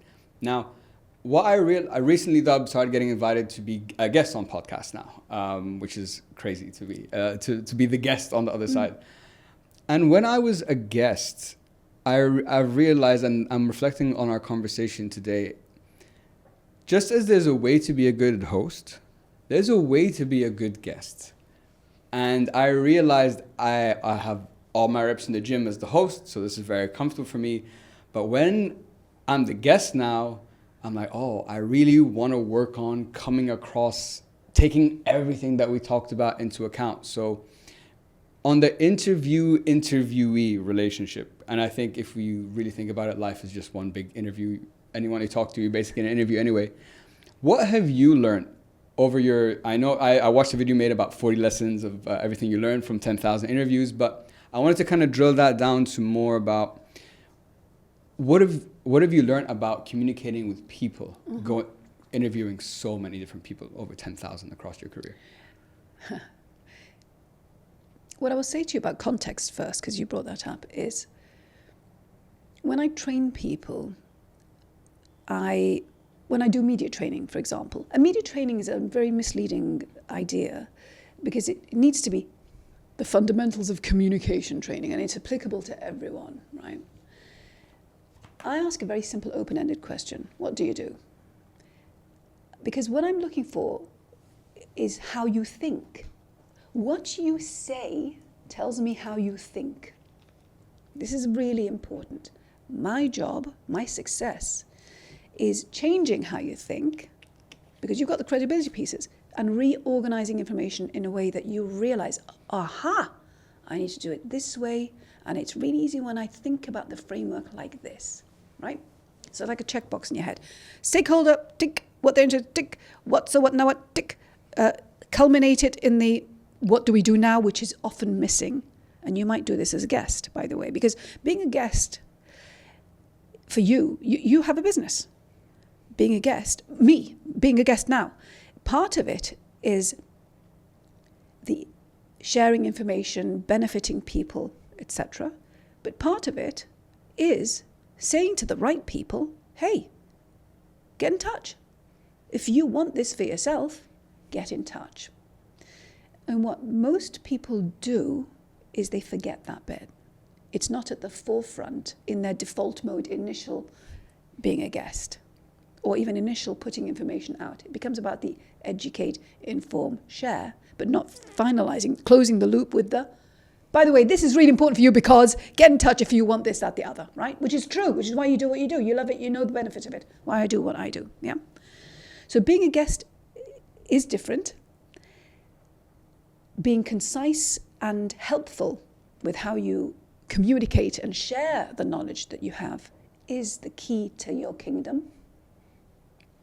Because they want to think, oh, Khalid said that, he's right, I want to get in touch with him. Nima said this, she's right, I want to get in touch with her. Yeah, that's the right person. The biggest mistake that people have made, and I'm talking about billion-dollar CEOs, heads of state, everything, is they start with their perspective. They start with what's important to them. And this just happened yesterday with the group I was training. They all started with what they did, what their company wants out of the, I am building my success, you know, the van. So nobody cares. You need to start with what's on the mind of your stakeholder. Example, my ideal stakeholder. Clever, brilliant, a lot to share. Damn it, I lost out to somebody else with less credibility than me. How come they got the gig, they got chosen, they get the clients?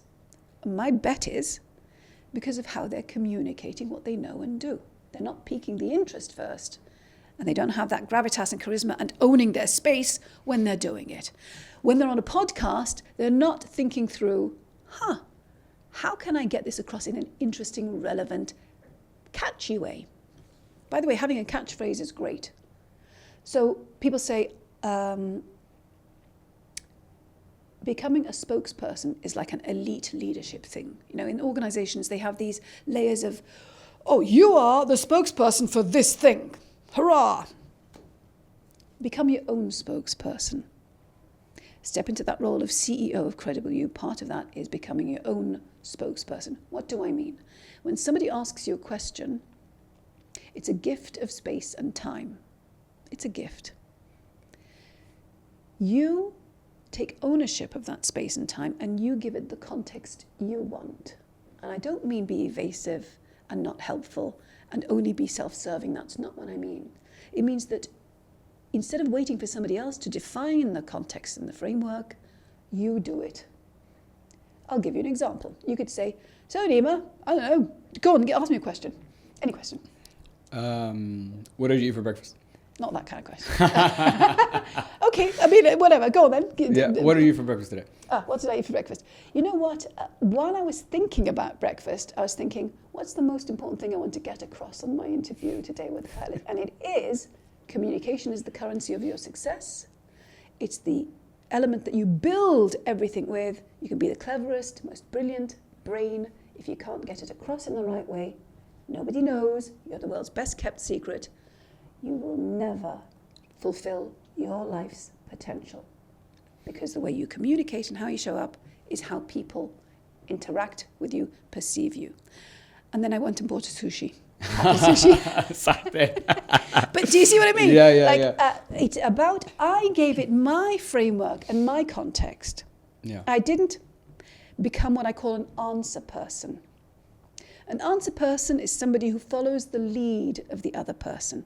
You ask me about breakfast, I answer you. I went down, didn't want what was on offer, went and bought some sushi for breakfast. It was delicious. Okay, thanks. Right, it ends there. Yeah. A spokesperson, your own spokesperson, it's a gift. Thank you for that gift of space and time. And you could have asked me anything. For example, why do you do what you do? Yeah. Why did you stop being on TV? Whatever. And I will tell you, what I've taken away from 30 years of on stage, on TV, working privately with people is that nobody knows how to communicate effectively because the schooling system has poisoned our brains to thinking in a certain way. But it's really important that we do this because it's the communication. Communication is the currency of your success. Yeah. Do you see what I'm doing there? Yeah. I am bringing it back to my context that is really important to share because I believe this, right? This is really important. And it's the missing piece in everybody's life. I actually don't know anybody who does the work I do the way I do it. I don't know anyone. That's why I wrote the book. The book is my bringing together of my thinking, creating that framework around it, because each letter in the word brilliant actually stands for a transition from one point to another. B is for begin and believe. If you don't believe in your own credibility and worth and you have something important to say and share, nobody's going to believe it and believe in you. So you're dead in the water. B is for begin as well. If you don't begin to take ownership of your credibility, become the CEO of Credible You, you're not going anywhere. You're just staying stuck. And then so we go on. You know, one of the L's is for listen. So you tune into the voice in the mind of your client, the words they use, the worries they have, you know? And so it goes. I is for interest. It's the most important thing.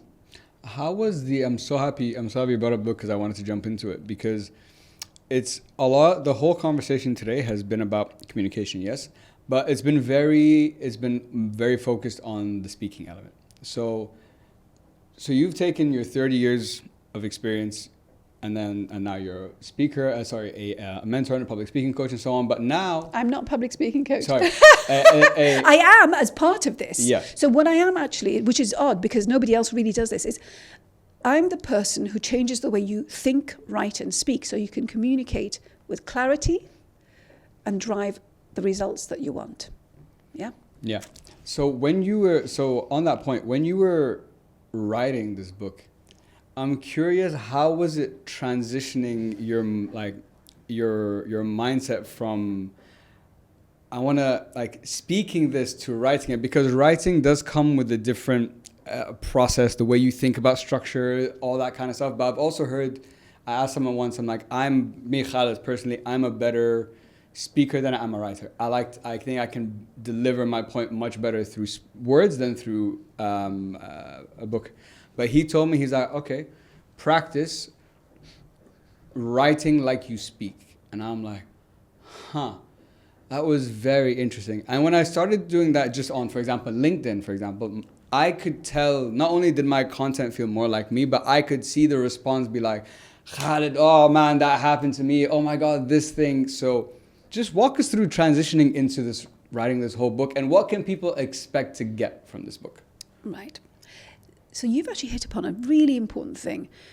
What I would hope people take away from this is that this isn't about the speaking piece. The speaking piece is the culmination and result of what comes before, which is, how do I structure what I want to get across?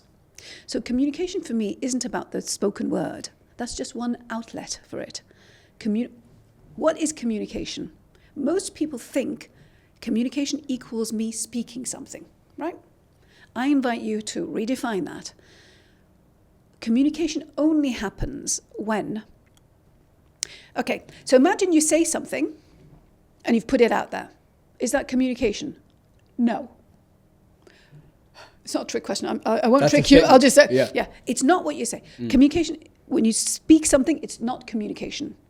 When somebody hears you and what you've said, has communication happened? No. Okay. When somebody takes on what you want to get across, and there is a change that happens, that is the only time communication happens. It's when an aha happens in somebody's brain. And the result of it is, oh, I must look for that product, turmeric, for example. Random. Do you know what it could be? Anything. Do you know, like, just, yeah. It's like, oh, I must buy some turmeric. That's when you've said, this is anti-inflammatory, it's really important for you, blah, right? That's communication. It's not that you've said it or written it in an article. No, communication is only successful, i.e. it only happens when there is the aha and the change. The change could be in thinking, ideally in behaving. Something changes. They've done these MRI studies where they've taken two brains and they're looking at what happens in the brain when there's communication. When there is what we call boringly effective communication, which means that it's landing, the person's getting it, and there's buy-in, the brains synchronize. It's like a parallel dance that happens. The same areas start lighting up with a slight delay. So the person sharing, I will not say communicating, because I don't know if they're communicating effectively just by sharing. It's getting into the other person's head, and they're processing it, and a bing happens in their head, and they go, ah, and then there's this parallel dance where they synchronize. That's the only time communication actually happens. That's it. So this book simplifies it brings together everything I know. Yeah. But in a really, I'd love people to comment and buy it and read it. Buy it and read it. Buy it and buy it and read it. But more importantly, tell me what you take away. That's the key. That's the key. Yeah. What I hope and want is for them to have things that they start doing and applying that are appropriate for where they're at now. One of the things I extol when I work with people is meet yourself where you're at, work with what you've got. Where you're at, let's say with your speaking thing, is different to where I'm at with it. It's different to where somebody else is at. So your needs are, for example, how do I have my own presence on stage where I'm not having to think about what I'm doing, but I just am. I'm free, liberated.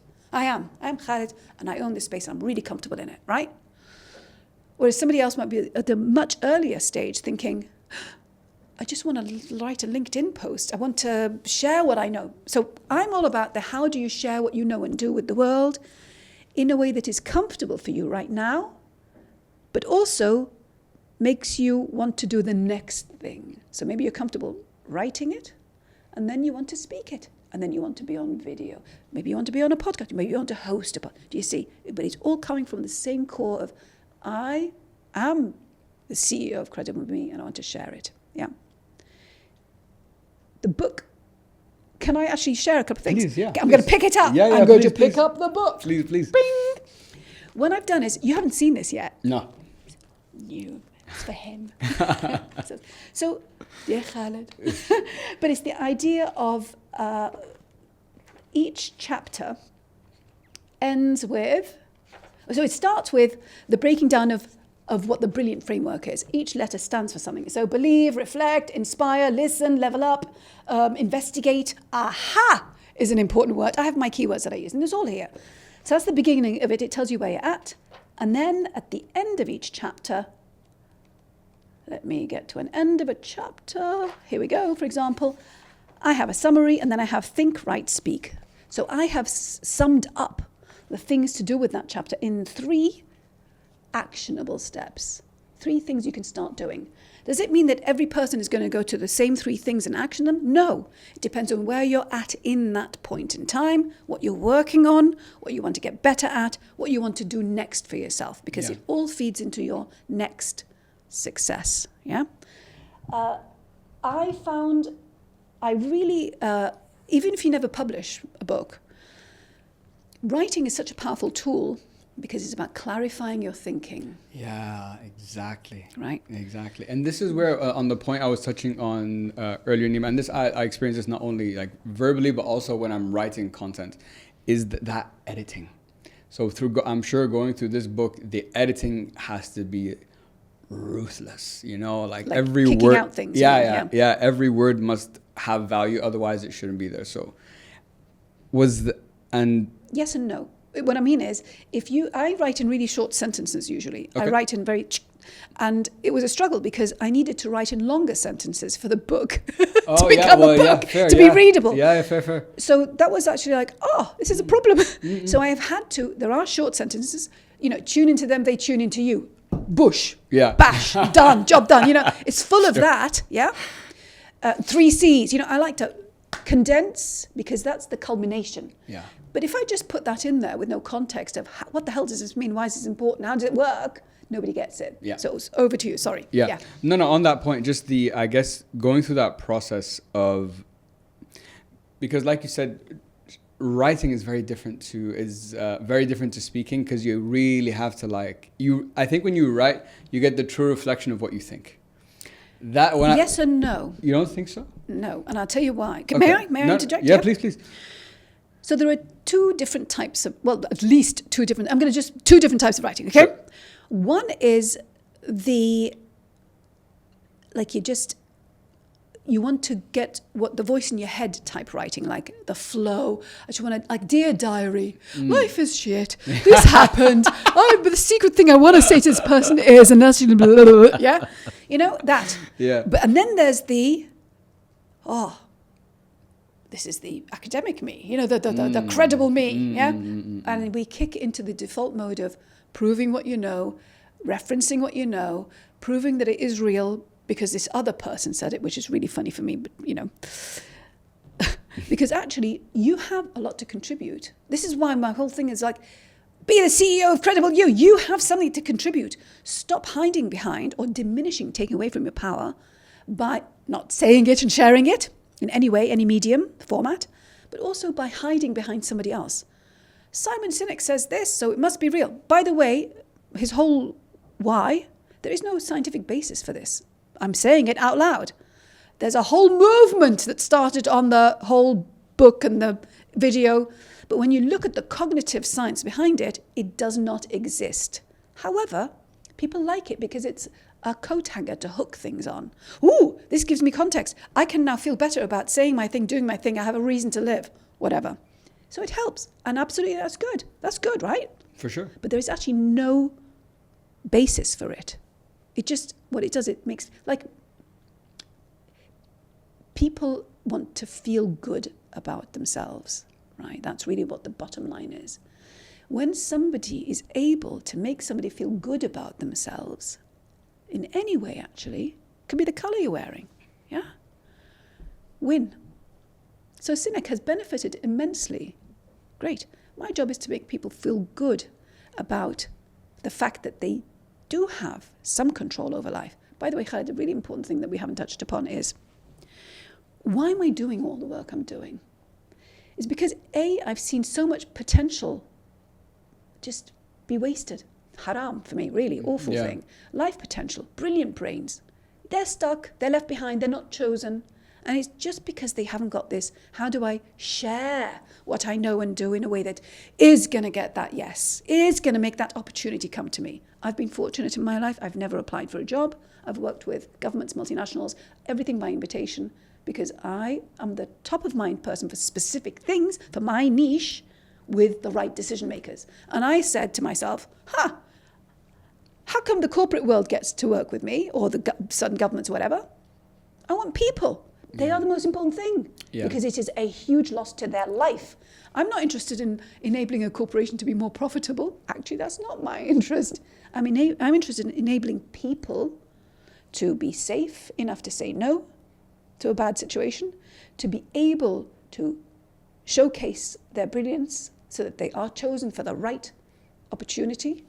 And in today's political atmosphere, where horror is happening to the Palestinians, to other people across the world, to just corporates behaving in a certain way, governments behaving in a certain way, and people who care about it being stuck.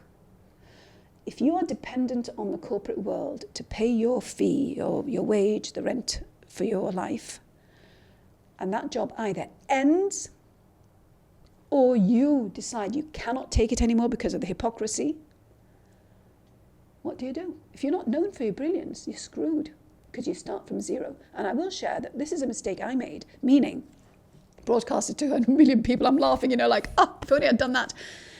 I never created a medium, a way for me to communicate and connect with people who want more from me. Because I was really busy. Flying around, doing this, popping up here, doing that, by invitation. Hurrah for me. But the people I love working with most are people. Especially people who are brave enough to invent their success. You're an expert in something. You've done this. That's why I'm here. You have been brave enough to invent your success. You've created your own corner in the information world and how you show up, how you serve people, right? You've created your best life as a result. That interests me. People who want that for themselves, or who are doing it and want to make it better for themselves. They want to shortcut to the next level of success. And so imagine I had started, let's say, an email list when I was 200 million. Do you know what I mean? Woohoo! And then I said, by the way, I've just written a book and here you go. Versus, hello people, hello. You might not know who I am, but actually I've got something that helps you. Yeah. I'm starting from a different place where I have to either convert people, I can trust her, or, she's changed her role. I know her from the BBC, but now she's, that was a huge mistake I made, and this is part of my mission now. So it's not just the communication of how do you show up and say what you do and share it with the world. It's also how do I build my own ecosystem out of creating the community of the right people for me, so that when I pivot, change something in my life, want to share something different I'm doing, I already have my community there ready. Yeah. This is all part of what goes into this book. It's the idea of creating that basis for yourself. But you might not be there yet. You might be in a different, but it's planting that seed of, I have power. We have power. The power to say no, but it's bloody scary if you don't have the ability to fund your life. Yeah. The power to change certain things about your life. The power to a lot. But if you don't have ownership of your credibility and a community of people who want more from you, that power, you have a, huge. I'm so happy you just said all that. I'm so happy you just said all that, because everything you just talked about is so pertinent to what we hear about today, which is, and thank you for sharing the story of the mistake you made by not, doing that, because I think that's very helpful. Now, the buzzword of 2025, Nima, as you know, you've seen it on LinkedIn 20 billion times, personal branding. Oh, forget that. Yeah, but at the same, yes and no, yeah. Everything we kind of talked about today is that. So if you're, and I think this is, so when bringing it back to forget the fluff. Yeah. I don't mean forget personal branding. Yeah. So bringing it back to what we were talking about in the sense of what's interesting to people, piquing their interest. I think when it comes to this whole communication piece, everything we've talked about today, because I wanted to drill it down into this. When it comes to now personal branding in 2025, the opportunities that can come, whatever, I think there's still a disconnect. I think, okay, now everyone really wants personal branding, right? But underlying that is everything we've talked about today, which is the communication, because how you communicate is what you're going to be is going to impact your personal branding. It's how you show up. Exactly. But not only that you mentioned earlier, which I think is also a very important point, and probably the one that's going to get people over the line more. If I can communicate better, I can make more money. Yeah. Finish. Tell Full us. stop. Because all these soft skills, a lot of the times, the reason.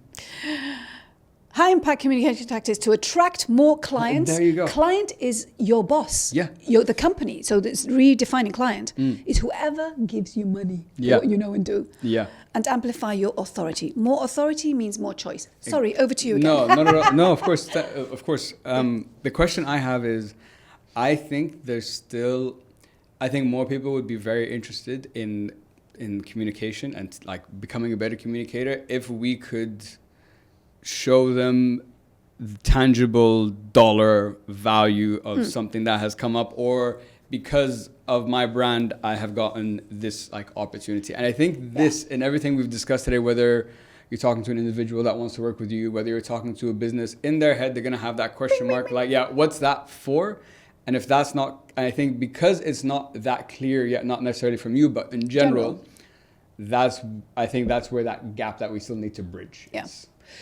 Warren Buffett is on record as saying people who are better communicators increase their net worth by 40%, which is a hell of a lot of money if you think about the cumulative amount that you earn over a lifetime.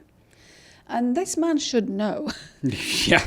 He has described his communication certificate as his most valuable thing ever. From Carnegie Mellon, I believe you got it, right? Yeah. I mean, it just so happens that was the only thing on offer then. So, so it's not so much about Carnegie as the communication, the sea of communication. It's the only thing he has hanging on his wall because it has been the gateway to everything.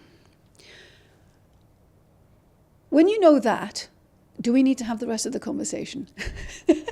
That's one. Yeah. Two, the way you show up is how people see you, perceive you.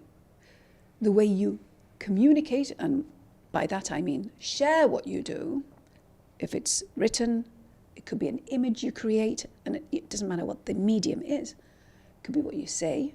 The what you say piece is interesting because it brings together everything. It's the how you are, what you say, how you speak it. Tone, intonation, your body, what you do. Right, it's everything. Okay, fine. So it's the ultimate. But it's actually not the only way you communicate. People already know that they benefit when they show up as their best self, when somebody chooses them. So the question really is not me proving how much money you can make from becoming a better, in brackets, communicator or sharer of what you know and do. You know that you can earn more. Full stop. That's it. Plus, you know that you save more time on miscommunication, on farting around trying to fix something that went wrong. Because I'll give you an example. NASA blew up $328 million, blown up $328 million because of a simple miscommunication mistake. One team was using inches, the other team was using centimeters. We're talking about a hell of a lot of money and a hell of a lot of time. But this happens every day in every team, in every business. It is a huge loss center. So if you want to stem the loss, and you could be working on your own or with a team, doesn't matter. You bloody get in touch. Yeah, it's really that simple. But it is a huge, huge amplifier of wealth, money wealth, because you earn more, you get the promotion. Somebody I work with, she just told me she's on her next promotion already. Like she's just go leapfrog. Another person who worked with me was chosen as one of 30 people from across the world to be a Forbes Impact Fellow because of changing the way they think and communicate. So they were chosen because they knew how to, right? These are huge life-changing because that network now, that person, is on a different level. It's the Forbes Impact. 30 people from across the world. Shall I say it again? Do you know how many people are competing to get on? So it's about a monetary value, but it's about so much more. It's about however you define your best life. And ultimately, for me, it's actually about dignity and choice. Meaning, imagine you earn $100,000 a month at a corporate. It's shit. Their values are against yours. You want to be true to yourself. and you're happy earning 10. And you can, if you've got the right people interested and you know how to get their interest and their payment. But you live in alignment with your dignity and values, yeah. So yeah, it is about, for me, dignity and choice at the core. Flipping the narrative, you are in control of a hell of a lot, but you need to invest in self. I've invested in self, you've invested in self. It's a continuous journey for us because we're a certain type of person. If people don't want to take control of their shit, they're the wrong people for both of us. 100%. I love that you ended it with that. So when I was a while ago, but if you asked me the question a year ago, Khaled, who's your audience? I would have told you, oh, I think it's this and that. I can tell you demographics. I can, and even earlier when you asked me the question, I explained it in demographics terms. But if you ask me now, like the person, I attended a workshop and this guy, his name is Chris Doe, I don't know if you're familiar, I had him on the show as well. He said, Khaled, if you want to find out who your audience is, think about who do you hate. And when you start listing the people you hate, you start realizing, oh, everyone that I like or my audience is the opposite of this person. You know what I'm saying? So it's just interesting how small shifts sometime and it kind of encompasses everything we've talked about today about the importance of, number one, knowing who your audience is, being interesting. The benefit, I think we've clearly outlined today what the benefits of communication are in whether it's in a relationship, whether it's in business, whether it's in connections. And you famously said, it's not who you know, it's who knows you. Mm-hmm. And what I've found in my career so far over the last 5 years of doing this is one of the misconceptions people have about podcasting. They think like, oh man, you need to have like hundreds and thousands of views and only then you're a good podcaster and whatever. And I'm like I'm living proof that, guys, I just started this. I've been speaking, I just spoke to a lot of people, got a lot better. And because of that, now I have the business. Now I have the opportunity to sit down with amazing people like you and many, many others that I would have never dreamed of. And those people are the reason I've gotten to where I am. And that's why I can get access now to almost anyone I'm, looking for. So I hope people walk away. I want people to hopefully walk away from this conversation today, finally taking communication seriously. And even if you're a good communicator, for example, I was doing this show now, I'm doing it 5 years. In Jan, I took a public speaking course online with a guy called Vin Yang. He's outstanding. I love his content. Because I knew, I'm like, yeah, okay, I know I have a talent in this. I know I'm good at it. I've got the reps in the gym, but I can be better at this. And I hope that people who are watching the content have seen it come together over the last couple of months. Nima, to round off our conversation today, I just have 2 more questions for you. The questions I ask all my guests. Can I say my interaction though? Just that point. Oh, point, please, yeah, please. So you've hit the nail on the head. It's about who do you want to surround yourself with? Who do you want to be in touch with? For me, the most important thing is people who are brave. So it doesn't mean that you're not scared, but it's being brave enough to step into discomfort. Yeah. Being brave enough to say, actually, I don't want this. I want this for myself, not that. It's being brave enough to have that. So bravery is a really important thing. It doesn't mean not being scared. Being brave and scared at the same time is actually the recipe for success. 100%. Yeah. It's probably, you probably have elements of both all the time. Always, yeah. Right. But the other thing is the idea of communication. Communication is the pathway to being respected, known for your credibility, your expertise, excellence, experience. But actually, if you look at the core of everything that I do, it's giving people choice and options and the ability to fulfill their potential in life instead of watching it dripping down the drain. Without the ability to share what you know and do in a way that interests people, you haven't got a chance in hell. 100. I could scream when it comes to that. I couldn't agree more. Nima, for my last 2 questions, first of all, looking back either personally or professionally, when I ask you the question, what are you most proud of for yourself? What would you say? Oh my goodness. I don't know. I think it's whatever. I would have to ask people around me what they got from me. That's my most important thing. It's about, I always ask people at the end of any interaction, what's your takeaway from this? And when the light bulb goes off, the aha moment, and they go, I realize how, and the thing that they've realized, That's what I'm proud of. And I don't even the word proud isn't part of my vocabulary because I'm not proud of myself. I am so happy to be able to make that change happen, that transformation. For me, it's about the shortcutting. Yeah. Instead of you spending 20 years trying to figure it out and going for 50,000 courses and all the rest of it, here's a shortcut. Yeah. But it's that. Yeah. That's what I love. And I suppose, that's okay. No, and that makes perfect sense. I think we share that. That's why, I'm doing the show as well for the similar reason, to shortcut your path to success, to get to that next stage of your life, personally, professionally. And for my last question, Nima, I think you've answered this in many different forms throughout the show today. But if we're going to drill it down to sign us off, what is the message you'd like everyone to take home with them today? Be deliberate and intentional about what you want more for yourself and what you don't want for yourself. When you define what you want, people have to know you for that expertise. So how are you going to make that bit happen? So really, the thing is, time ticks one way, and we don't get it back. We don't own time, but we can use it. We can leverage it. One, it is important to surround yourself with like-minded people. It is important to buy somebody else's 10,000 hours, which you've said that you have, and I've done that with various things. And it's important to know that you don't have to suffer in silence and alone. Really, that's the thing. So for me, really, especially today, for me, dignity is high on the list. Choice and options are high on the list.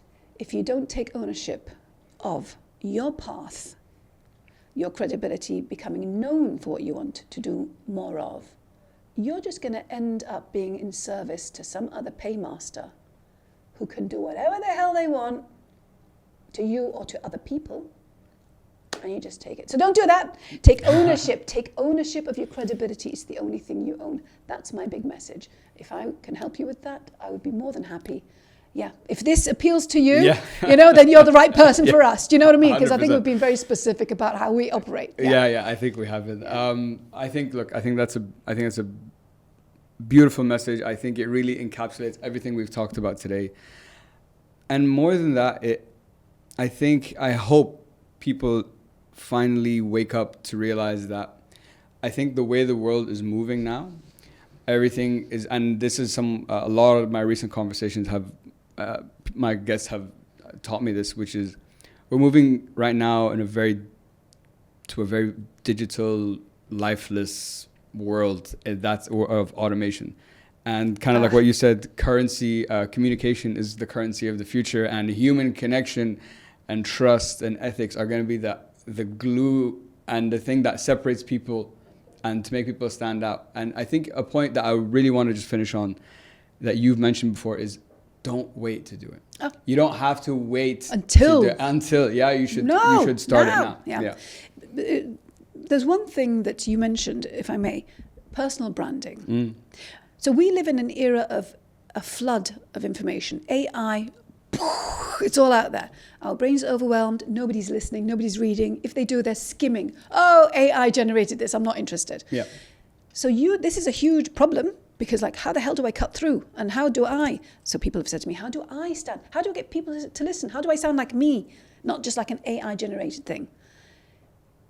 Because of this flood, this is the perfect opportunity for you to take ownership of your bloody knowledge and difference. So it's about your opinion, your insight, your experience, the way you get results, the way you do your work, right? Like nobody else has written this book. It's the way I think and what I do. Mm-hmm. So you need to, again, take ownership of that stuff and start with it. Yeah. Do not start with an AI-generated bullshit thing that's got the nice arrows or whatever else, Yeah. And to actually end on your point, which is when you started writing as you speak, everything changed. When I work with people, if they're told to write something, they go into default academic prove myself mode. Yes. Boring. Yes. Switch off. Oh my God, I can get this off Google. I don't need you as a credible, amazing human being to tell me this. Stop. Tell me stuff that only you can tell me. Don't give me Google. I have a thing that I say, don't give me Google. Yeah. So really the bottom line is this, you're human, lean into it. You're unique you've had your unique set of experiences and everything. Lean into them, Start with that, but from the perspective of the person you want to hear from. When I get people to speak their thoughts into a voice note on their phone, ideally when they're out in motion, on a bike, walking, on a treadmill, doesn't matter what they're doing, cooking, yeah, the way they show up is a totally different person. Transcribe that. That is what you communicate. Yeah. Because you are liberating your mind from the keyboard, your academic self, the boring robot. You want to be interesting you. I couldn't think of a better way to end the podcast. Nima, I want to say first of all, thank you so much for your time and for coming on the show today. I knew from our first initial conversation this would be a fantastic recording, and it has blown all my expectations out the water. I've learned so much from you personally. This is an area I'm very passionate about. It's an area I'm trying to build as a speaker.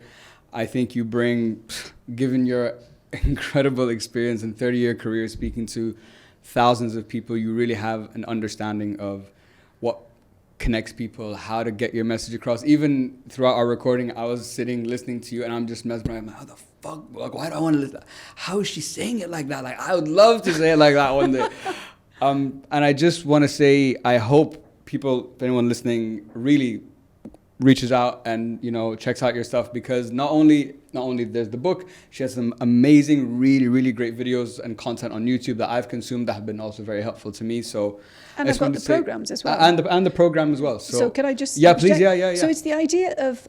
I created online courses before COVID. Sure. And the biggest learning I had is information is everywhere. Even if I'm doing it my way, the benefit is when people can feed off of your knowledge. So I have a group program where people can join, and there's the on-demand information, there's the group setting information, and there is the, what I call the bounce. So you can ask me questions and get feedback and so on. Yeah. And of course the private one-on-one. Sure. But it's really important because that is the gold that nobody gets unless you provide it. And that's what I want to teach my people to do it for themselves in the future. So not just about being known for their expertise and on stage and on a podcast, etc., but it's actually, how do I become known for this and help the people who are behind me to benefit from what I do? So I've got programs, they can get in touch. Yeah, where can we get in touch? So the easiest path is go to thebrilliantcommunicator.com. Okay. All one word. Okay. Thebrilliantcommunicator.com, and just subscribe to my newsletter. Awesome. I'll make sure to put everything, all the links, all the books, everything in the show notes. Nima, thank you so much. You This has are been welcome. amazing. This has really been a pleasure. It's been good fun. I'd love to know what people take away from it.